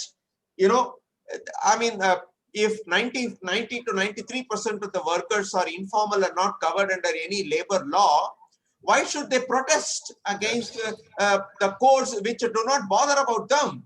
I'm a worker. I don't come under Factory Act. I don't come under any kind of acts. And I come under some acts and I do not get the benefits. I can't get registration. What the hell? Let the central trade unions call for all kinds of all India strikes against labor codes and anti-privatization and bank mergers and etc. They don't deal with me. Come on, give me the agitation points to me. And so you are showing from your experience that the NACA workers and others, they are using their own endowments and social capital to make the best of what they have. Absolutely. This is a crude reminder to trade unions and others that look, speak our language. Our language is something that you need to speak. And of course, you also said that it is not, I mean, and that the point that you made also has an organic connection to what Professor Jose talked about. Do we require a national migration policy? Should we not look at the subaltern level, at the state level? Maybe, and you said that the regional governments are the contested terrains, and Maharashtra is possibly leading the way by saying that let the government of India do what they want at the national courts. We would do something at the Maharashtra level. Yeah. I mean, this may be contestable, but this may be the way out. We do not know. So I stop with this, and with this my moderator role as a moderator ends, and I request. I thank all the panelists for delving deeper and searching wider and asking such probing questions and telling the people who are listening that these are the harsh realities. These are the things, these are the multifaceted issues. There are no easy solutions. And there is a need to carry on with our engagement. Of course, disillusionment should empower us. And I will end with what Mr. Chandan said. There is only one, and of course what Comrade Amarjeet Kaur said, there is only way solution to this is agitation and a larger people's movement. So on the one hand, academics should supply ideas, and of course here I would like Professor Jose, when he comes for the second round, what role can ILO play in order to, we know ILO goes by persuasive method, not by sanctions method. What role could ILO play? And of course, Government of India is not known to go to ILO often, and I have written about it. What role could ILO play? What could be a global conversation? Can we raise it to at a global level? And if a subaltern level should we now go from global to national to subaltern level? Are we decentralizing the entire debate? So with these comments, I conclude my role as a moderator. I once again thank the organizers and thank the panelists. I hope I have summed up properly the very, very weighty, rich interventions that you made. Thank you very much. Over to you, Dr. Arjun Kumar. Thank you, Professor Sundar. So much, sir. Thank you. Yes, I was just saying that we have many questions. What I will do, that I can send them over the email for everyone too. And for now, we can go to the way forward round so that all the panelists get to, also say on many aspects which has been raised, and also to conclude that what should be the way forward. So should we start with Professor A.V. Jose? You can go from the backward, no?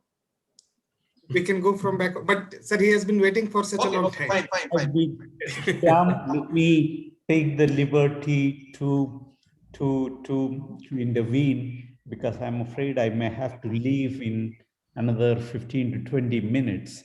Now. Jose, I'm sorry. I just said it that way. I nothing to. My role is ended. No. Can I Please, come please, and please. if try to respond to some of the points raised by the panelists, but yes. Fully.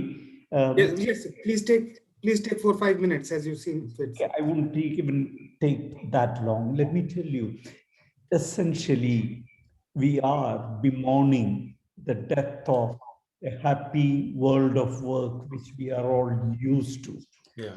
All the partners we know of, the workers, the representative organizations, the employers, the concerned academics, they all had a defined role.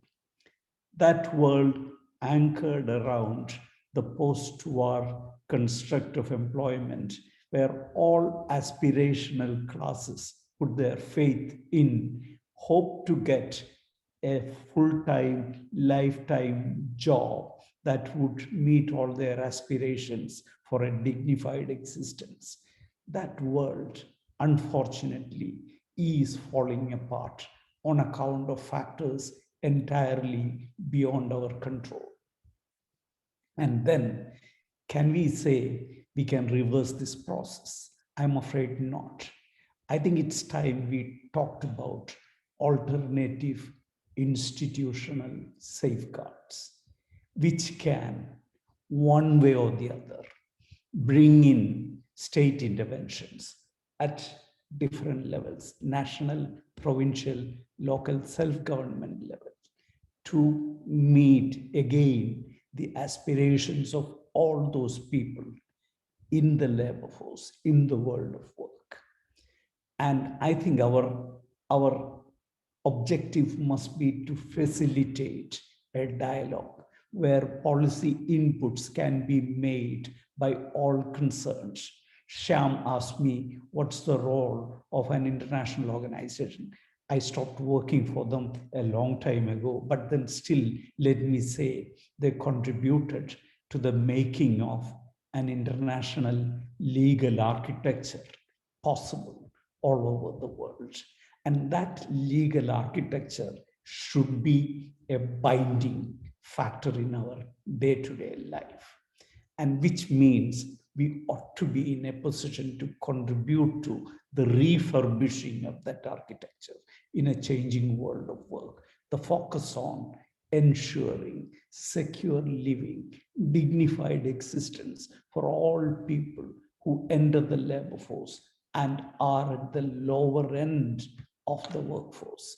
Those of them who will be able to comfortably navigate in the world of work. Let's not worry about them, at least for the time being. But people at the lowest end on whom we focused all this time, the women, the tribal groups, the informal sector people, people in the countryside, people deprived of land, all those categories. Quite unfortunately, the policies we think in terms of enunciating, these are beyond the remit of a national government, sometimes often beyond the remit of a provincial government. Therefore, create a kind of consensus about alternative institutional safeguards. When I say alternative institutional safeguards, at the lowest minimum, that should guarantee secure living to people for the vast majority of people who will otherwise be without defense in the world of work. That's where the unions have got a profoundly important role. That's where a policy agenda will have to be worked out by all of us, combining classes and categories in the labor force who seemingly have divergent interests at this conjuncture. But then, can we work out a common agenda involving the poor, the aspiring middle class, the settled workforce, and a large numbers of the polity who are probably in, the urban Bhadralok, all of them will have common elements in, a common road, have stake in a common approach. I think that's what we should try to evolve at this stage, and wherein we should be able to contribute to the making of a polity which can take care of growing inequalities. Without that, the future is at stake. We may not be able to pull on with this kind of mounting inequalities in the society. That's where I think these fires that are being lit in the public spaces might eventually explode into huge wildfires. And therefore, the focus should be on a policy agenda involving parties, leaders of the workers' movement, and people from a broad spectrum of political parties, involving all of them to work out the elements of a common political agenda. And I think the left political parties have an extremely important role in evolving that common agenda.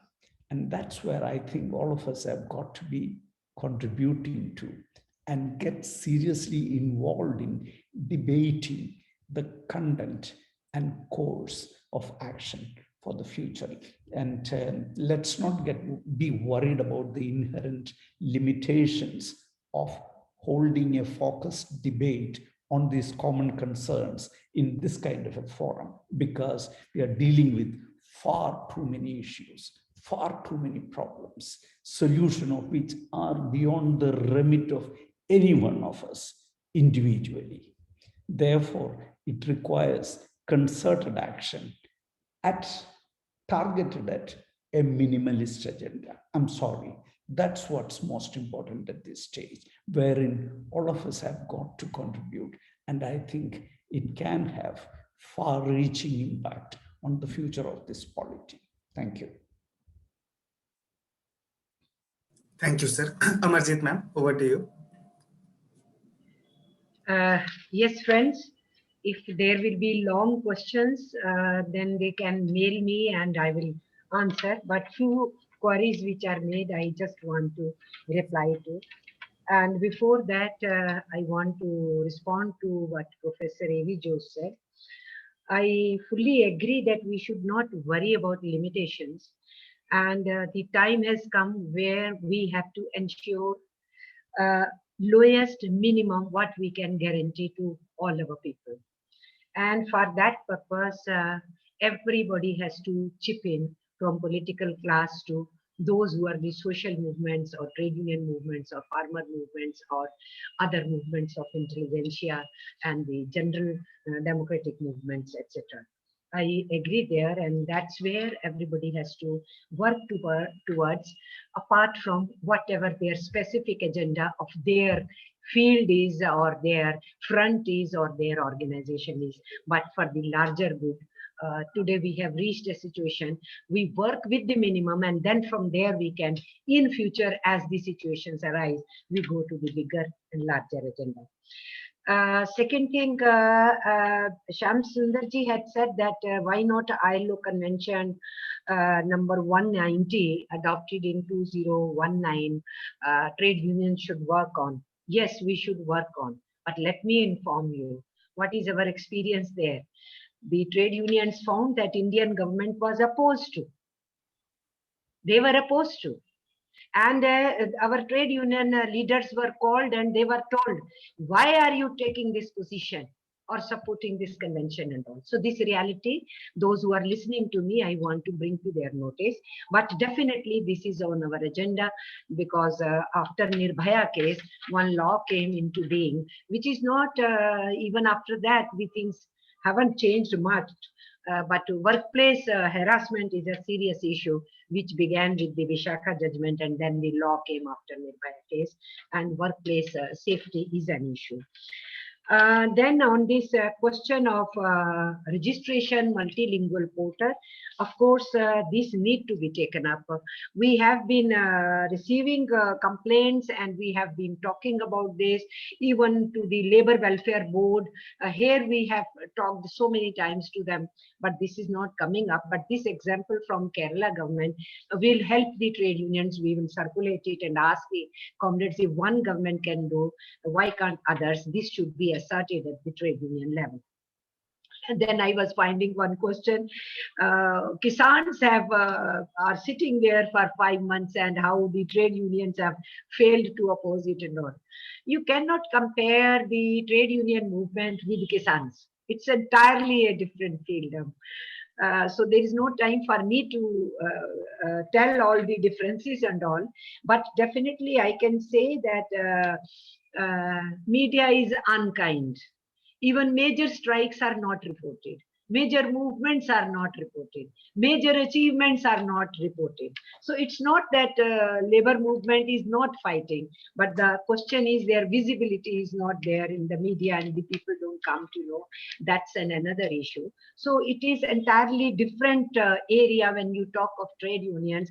And if we are agreeing formal or informal economy. Where is the division? I know in the government sector and in the public sector, 30 to 70% are outsourced workers, contract or casual. And those who are on rolls, regular workers, they are continuously shrinking. Absolutely. The sanctioned posts are not being filled up. And if for 2 years you don't fill up that post, that automatically dies and it is out of sanctioned post category itself. So informal economy has entered into the formal economy. And informal economy, there the trade unions are struggling, fighting and trying to take the rights what the formal worker is getting. This is how the things are happening now. I agree with those remarks made by one of the panelists. And ASHA workers, the plight somebody was trying to bring, all our these scheme workers, almost about 1 crore in number under center schemes and states, they don't have worker status.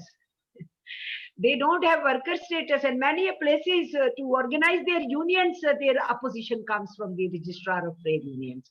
So we are facing at that level, and government agreed in ILC that they will be given worker status, but they went back and they did not implement. So that is the plight. So they suffered, and none of the promises made to them were fulfilled. Then somebody said in the chat box that irrespective of the ideology, we should look at the problems of the migrant workers.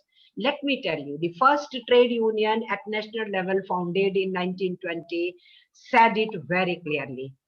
Trade unions free from political parties, trade unions free from governments, trade unions free from employers. And that was the motto with which AITUC began at that time. And that is the motto which should be continued. Trade union work is not non-political work, but trade union work is not political parties' work. Trade union work is to assert the rights of workers, and they to be treated as human beings, and minimum basics for them to be ensured by the trade unions, and to fight come whatsoever it left, center or right government. So the role of the trade unions is to defend their workers and to achieve rights for them. And from that point of view, whichever government will do good will become example for us to quote with, and whichever government will not be doing good and will be going against the interest of workers, naturally, that will be on the target of the trade unions, it should be on the target of the trade unions. Factory workers, even the registered workers not having benefits. Yes, that's true. Registered units, workers not having rights. I tell you, 90% of the workers of registered factories do not get a letter of appointment. Yeah. And when any worker is removed, first thing the worker has to prove in the labor code is that I am a worker, sir, of this owner, because owner says you are not my worker. Absolutely. Where is the pay slip? Yeah. Where is the register? Where is your name written? You tell us. So that is the first from where we begin. And this is about all those workers, even of registered units. So some examples Chandan gave, but I am telling you, every day we are struggling. How to prove that the worker is there? Even if you take 10 workers there to say, "Ye sahab hamare saath kaam karta tha," you won't be listened to. So we have been asking that every worker needs to be recognized and to be given an appointment letter. So those issues are there, which we have been grappling with. And then the comment was made that why jiski lathi usi ki bhais, which was very good comment. Yes, when this 8 to 12 hours was notified by some of the governments, and we went to ILO, and then Indian government had to backtrack, and Gujarat government did not backtrack. Supreme Court had to remove it, undo it, that Gujarat government's law for making 8 to 12 hours. But when that law was there, many places, the worker said, we will not work more than 8 hours, even if we have made this law. You take work from us or we don't work. And they succeeded because they were united. So, ye to hai. If the workers are unionized, they are able to realize their rights. If they are not unionized, they are left out. So our informal economy worker is a voiceless whose voice was the organized trade union movement. But if these labor codes in this form are brought, even those efforts which organized trade union movement was doing for informal economy, even that will go away. Yeah. This is the danger. Yeah. And that's why, lastly, I wish to say, one friend said that why don't you follow medical advice? If you were told not to mingle, you should have followed. My husband is ENT surgeon. He became victim of this corona twice, despite having vaccine. And he goes to Tikri border and Singhu border with his team of doctors serving those kisans. But he's not sitting. He has to go. This is his responsibility. He is committed to that and he does it. So family members keep telling you are not following and just see you fall. You fell for the disease second time. My son is a doctor who keeps telling me do this, don't do this. He fell victim. His wife fell victim. They came out of this, but then they also have to work. Yeah. They have to do it. My field is a different.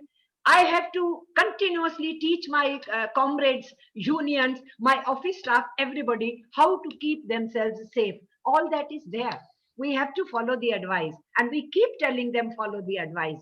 But then sometimes we are supposed to set examples. So I did that derailment, which I did today, but we have to do it. This I was only telling that the leadership of trade unions has to take risk. This is what I was saying.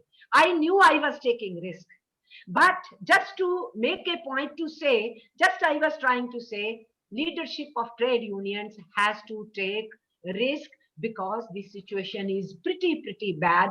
And in such a situation, no way out that the trade unions have to fight, farmers have to fight, every section has to fight. And as Professor Avijo said, that there has to be some common minimum agenda by all, so that you ensure at least some human rights and dignity of your living. Beginning with that, and then the agenda can grow as a larger agenda later on. I want to stop here. Thank you. Thank you, ma'am. And next we go to Sandeep, sir. Thank you. I think, thank you for this. And I think there was a few questions. I'll come to those. But firstly, on the question, what Professor Joe spoke about, it was sounding to my ears almost like a New Deal. And this is something, I mean, one can keep debating, but I think it's a sound idea of the common minimum, a consensus of some sort in recognition of the fragmentations we are living in, nationally, globally, locally, all kind of fragmentary tendencies for issues we have referred to in these discussions to an extent. And I think this new consensus, possibly in more practical, tactical sense, could be around the idea of right to work, a struggle which many here have alluded to without using that phrase. And I think that would be a good rallying call in terms of ensconcing the very basic minimum. We do have some sort of an early precedence to it in the form of MGNREGA.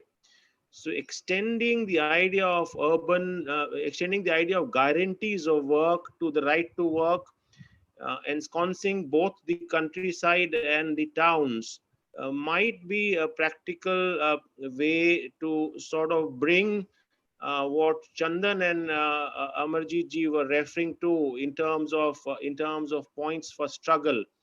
In any case, that debate can be had on what's the rallying point. But since this was a session more to sort of look at what are the pragmatic possibilities, that's what I would say.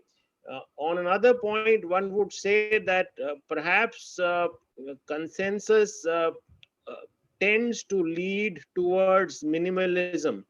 And I think amongst the struggles of the world, the question is whether one should once again settle to the post-war consensus of the 30s and the 40s in the last century and the results of that over the next 70 years, or whether the 21st century is a possibility, a hope of transformation, given the kind of upsurge of anger, of, of, of restlessness, and of a deep fire to change, particularly among the dispossessed peoples of the world. So I think that debate can go on with reference to should we now settle for the 21st century consensus, perhaps even lower than the one we had in the last one, given the socio-political realities of the world of today in this second decade of third decade almost of the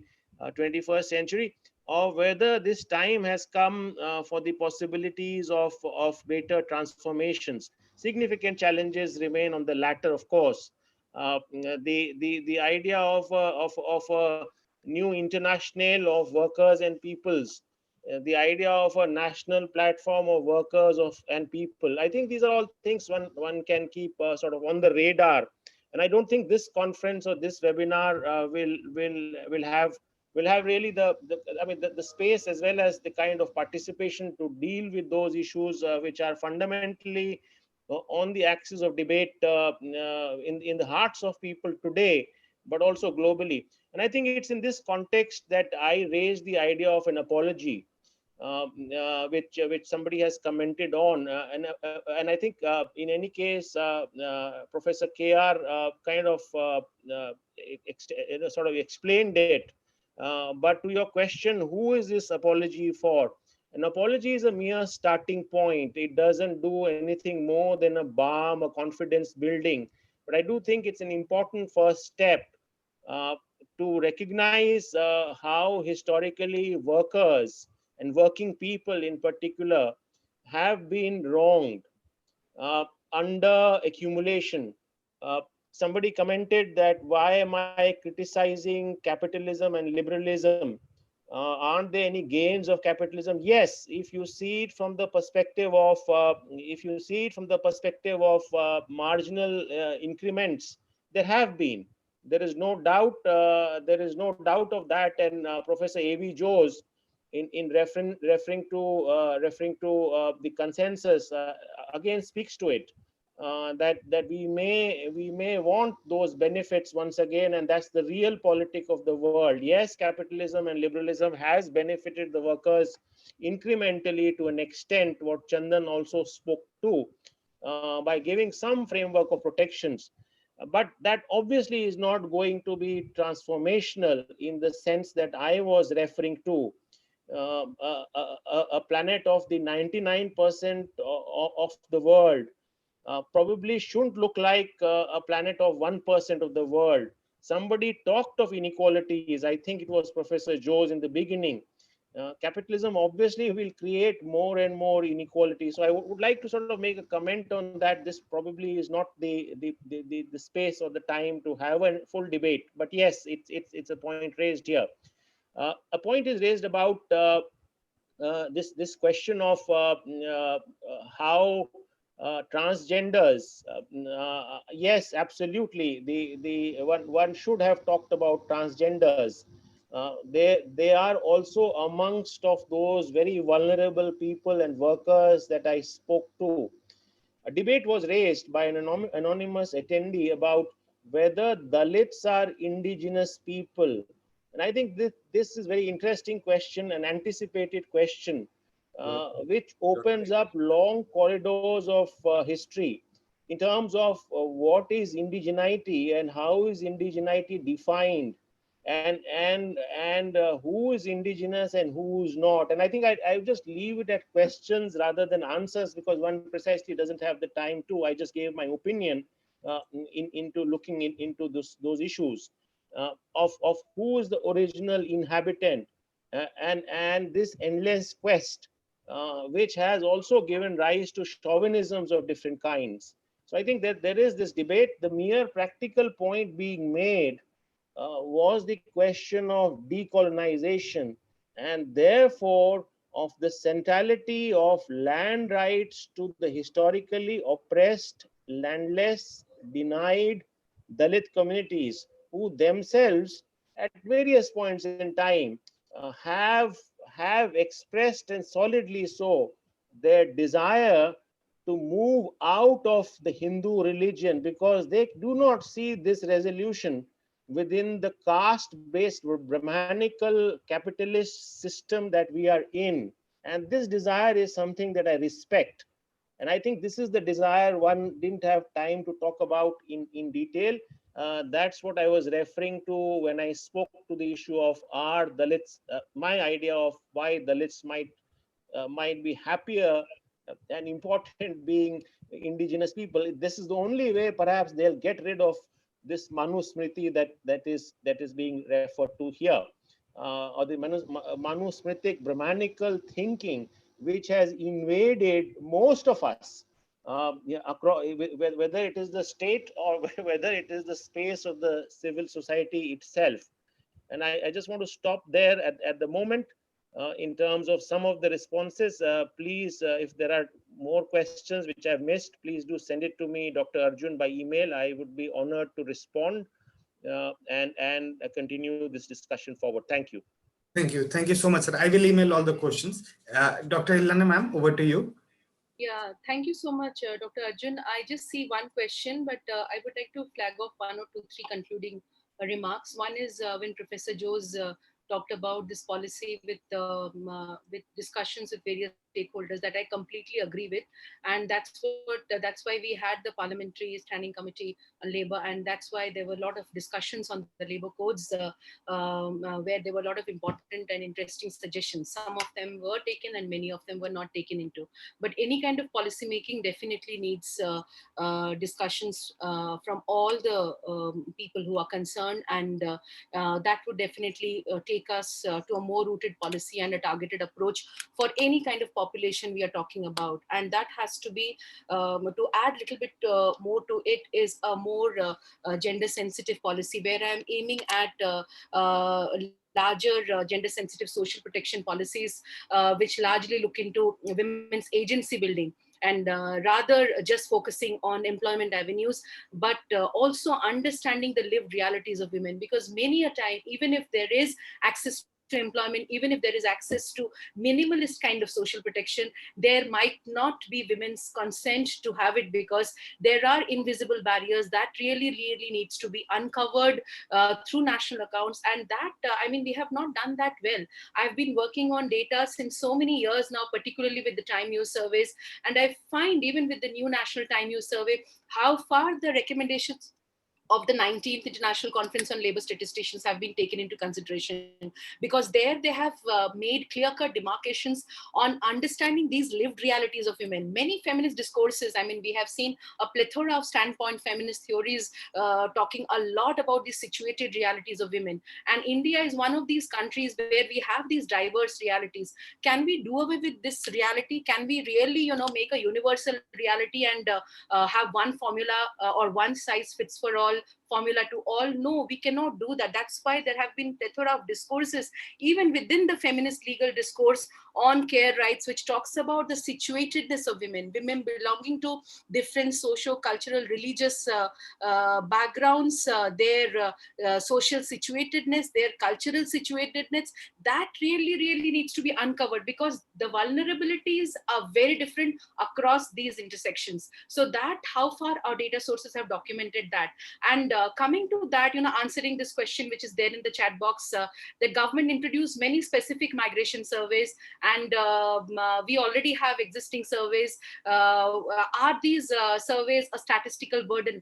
I would not say, any kind of survey would be a statistical burden. I would slightly, have a different alternative viewpoint. If we don't have, enough data which uncovers the lived realities of people, how are we looking into, what kind of policy response are we looking into. To understand this, I'll give one example. Like with the recent periodic labor force survey, we have documented domestic duties, or we had documented domestic duties in erstwhile employment unemployment surveys also. We have two specific codes to document it: domestic duties or free collection of water, firewood, etc. We don't go beyond that to document other activities which are unpaid in nature, which women do, and which have not been documented anywhere. And that had created a lot of invisible constraints on those activities, constraints on women for not being available for any kind of paid employment. And these constraints, even with the massive urban development approach or policies where women, these gender sensitive indicators need to be clearly inbuilt, because these massive women migrant workers who migrated to urban centers have been waiting for water in front of a tanker, because there is no access to energy, infrastructure, water, all of these things. So most of the time is wasted in all these everyday securing all these inputs, rather than spending the major amount of time in paid activities which they are supposed to do. So how far have our data sources analyzed this? And the answer is we have to delve. We have not done a methodological exercise properly. We have to look into the recommendations of the International Conference on Labor Statisticians, particularly the 19th and the 20th ICLS, and see how we document men and women's work, whether we have captured all their activities or not, and how far these activities have been, have constrained them to participate in paid employment. So there is a fine connection between paid and unpaid link that really needs to be looked at. And even for the migrant workers, that it applies the same, because their lived realities, their stories are very different across different social groups. That really needs to be documented. And lastly, that is something which we really need to do, and the time use surveys can help in doing that, and many countries have done it. They have brought before the policymakers the lived realities of men and women. That can be done, but how regular are we with these surveys? After 2008, we now have discussed or have started launched the migrant worker survey. Till then we didn't have any data. Time use survey 98, we had the first even that was only a pilot survey. After the Beijing Declaration, there were a lot of pressure. Then we had this 97, 98 survey. Then we had now 19. After so many years, we have the new survey at 2019. The gap is enough, actually, to understand the plights of people. So that really needs to be, these surveys need to be regularized, as in many countries, so that we have concerted policy action in this regard. And lastly, as Professor Shyam Sundar had highlighted on that, the ILO Convention 190, I also got an opportunity to work on this particular convention with the ILO. It's a very interesting convention. And when I was working on it, I was feeling very happy, because most of the components of the convention were there in our POSH legislation, which is definitely there for all kinds of workers. But the concern here is that the implementation is a major debatable thing, because the labor inspectorates, as per the convention, are empowered to implement. But unfortunately, our POSH legislation is not implemented by the labor department. So there is a big silence there. And even the monitoring mechanisms, the formulation of ICCs, LCCs are big challenges. For women workers, I feel personally, working on these issues, we have a long way ahead to go. We don't even know their situation. We don't even know what are their ground realities. We just look into limited data sets and try to understand and analyze situations, but that may not be the reality. So it's very important to look into these international labor standards and align it with our existing national legislations. That is also the need of the hour. We really need to look at it. And also the migrant policy, which should be framed with adequate discussions with various stakeholders, not a one-sided approach, but an approach which has got voices from all. So that's all I have to say. Thank you.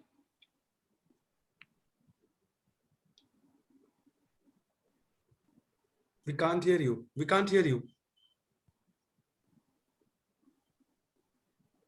No. Arjunji, we can't hear you, I think. Arjunji? I think, Chandan, what you would have wanted was to thank Dr. Elina and invite you to give your concluding remarks. Chandan sir, over to you. Okay, okay.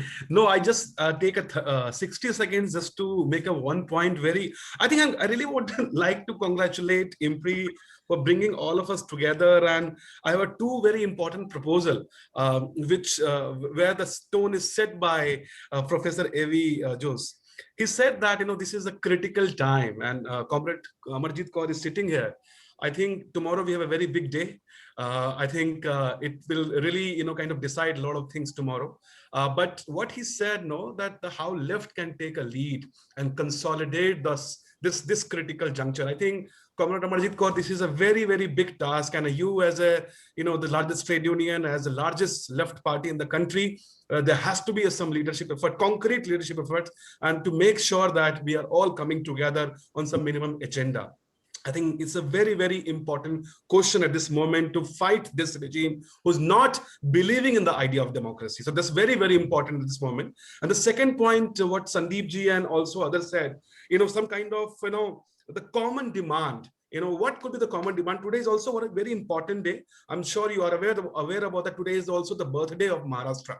And Maharashtra has a birthday today. And I work a lot in Maharashtra. So I can tell you that, the Sanयुkt Maharashtra Andolan, which created the new Maharashtra. And if you read the declaration of Maharashtra, Maharashtra is the only state which formed on the aspirations, dream, and promises of farmers and the workers. If you read the declaration, So I think this is something which we need to bring it back. Some of the legislation which Comrade Amarjeet Kaur said, that, formal sector have to fight it out because this is what we have got. And I completely agree with you. Every piece of legislation, it's a 93 years old history, starting from Bhagat Singh, throwing the bomb in the Central Committee of the Parliament, opposing Trade Dispute Act, till today. I think 93 years of the glorious history. Each and every piece of labor laws were fought by the workers, brought in by the workers. I think we need to protect them. We have to make sure these laws are amended in the line of the current economy, in the line of current labor market, and make sure that these are accessible to all from the workers. And some of the excellent state laws, I just talked about the Mathadi,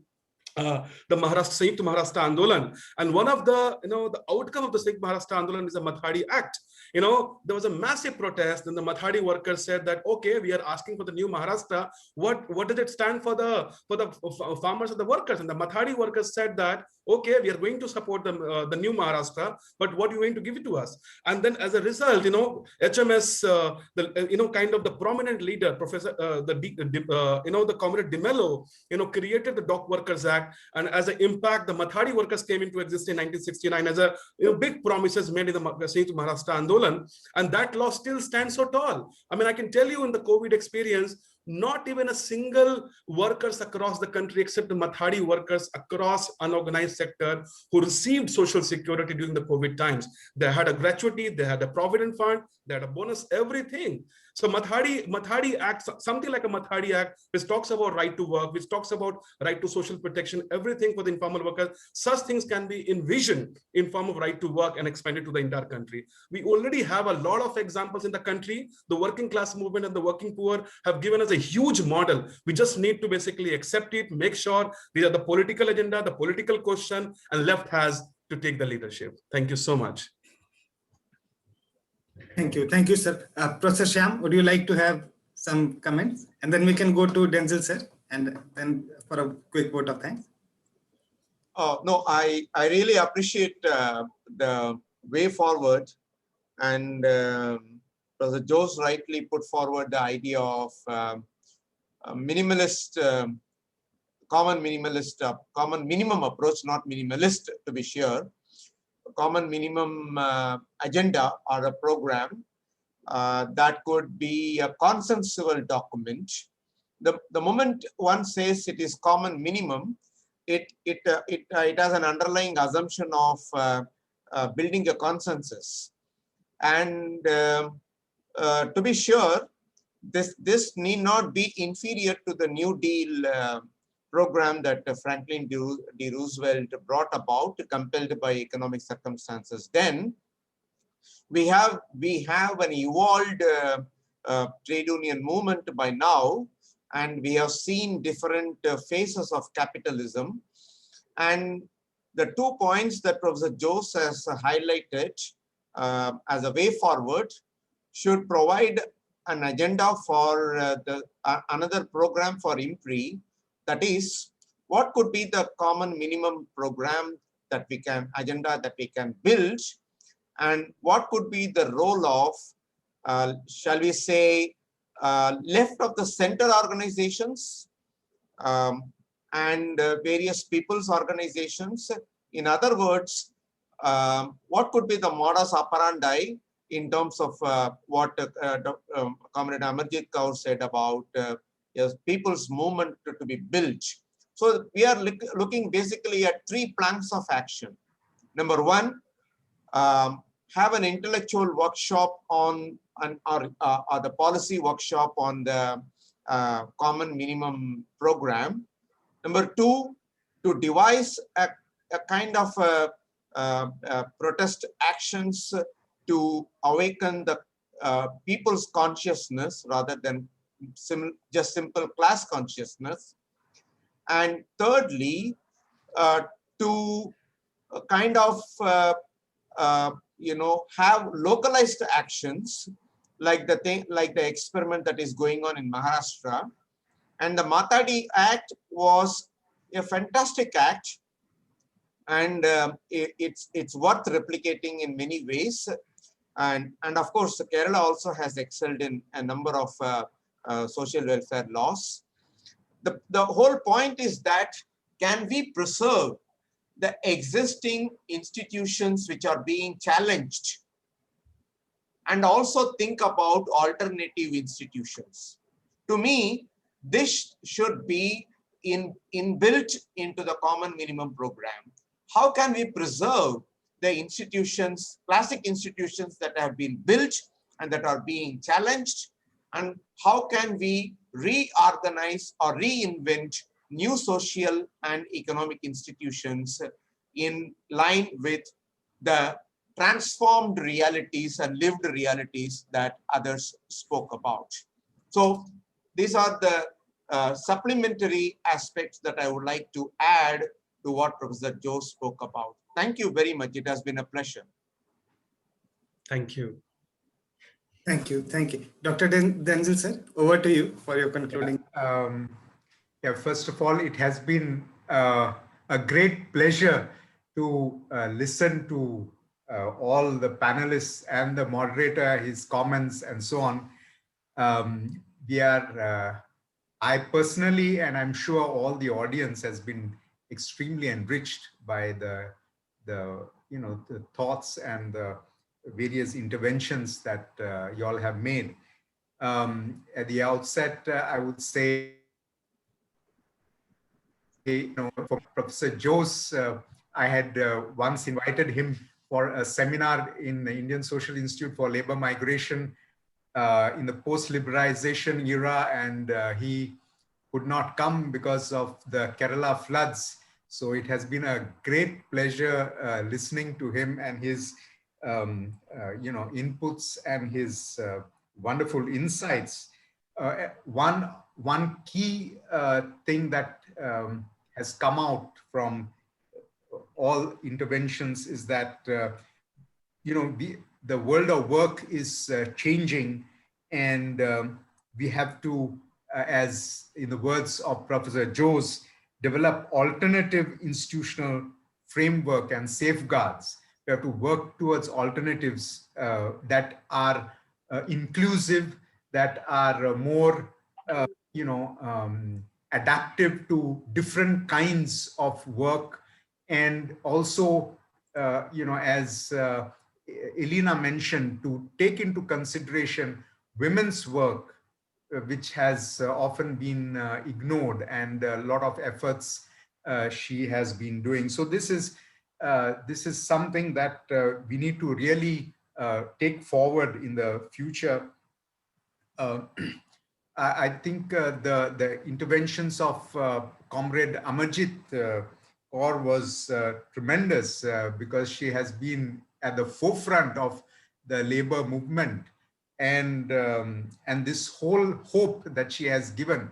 I mean, in spite of all the disappointments about the labor codes and the government and so on and so forth, she, this whole movement of farmers and the workers and different other groups of people uniting to try to develop an alternative,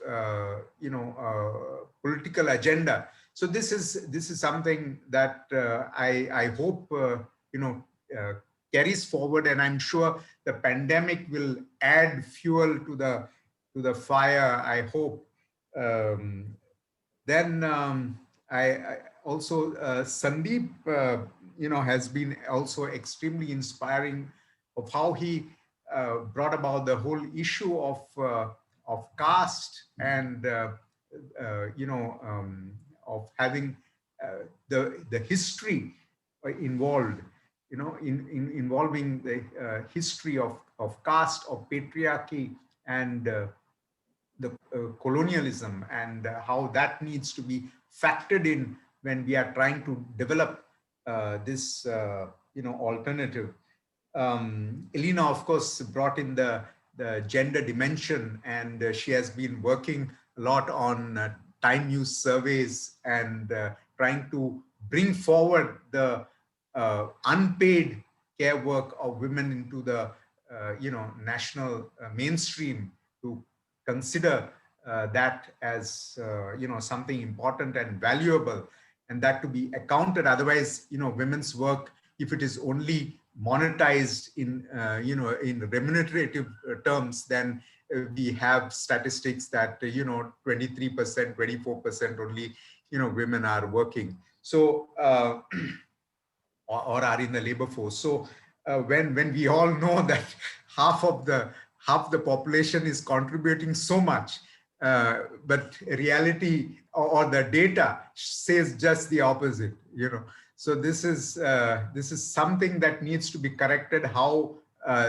she also talked of methodologies. So I think with the use of maybe technology and so on and so forth, we may have to redesign our data collection and the way we collect data, so we are able to get real-time data on different types of employment, and get rid of this whole mindset of having labor legislations which are exclusive, and just saying those who are 10 workers and more are only applicable, and all these differences between registered and unregistered, creating so much of problems and difficulties. If that could be bridged, I think that will be another great way forward. And Chandan Kumar also has brought in the whole dimension of leadership, of having a minimum agenda, and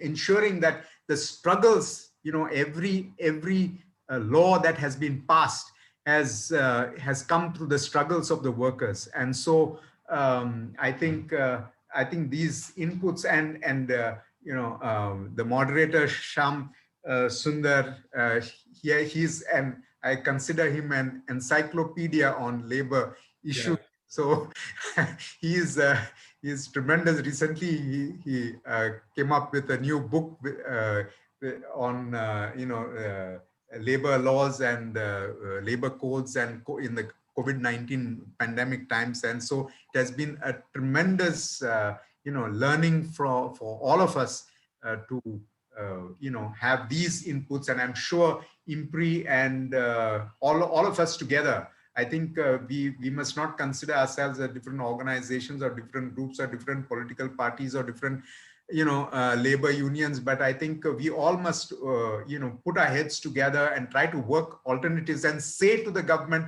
that you are projecting these laws, these policies and so on.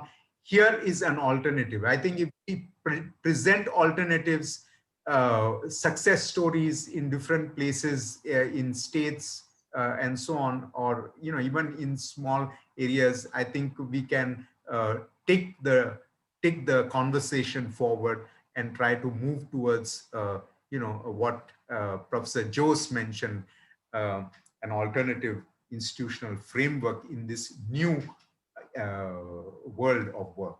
Thank you very much. Thank you. Thank you. Thank you so much, sir.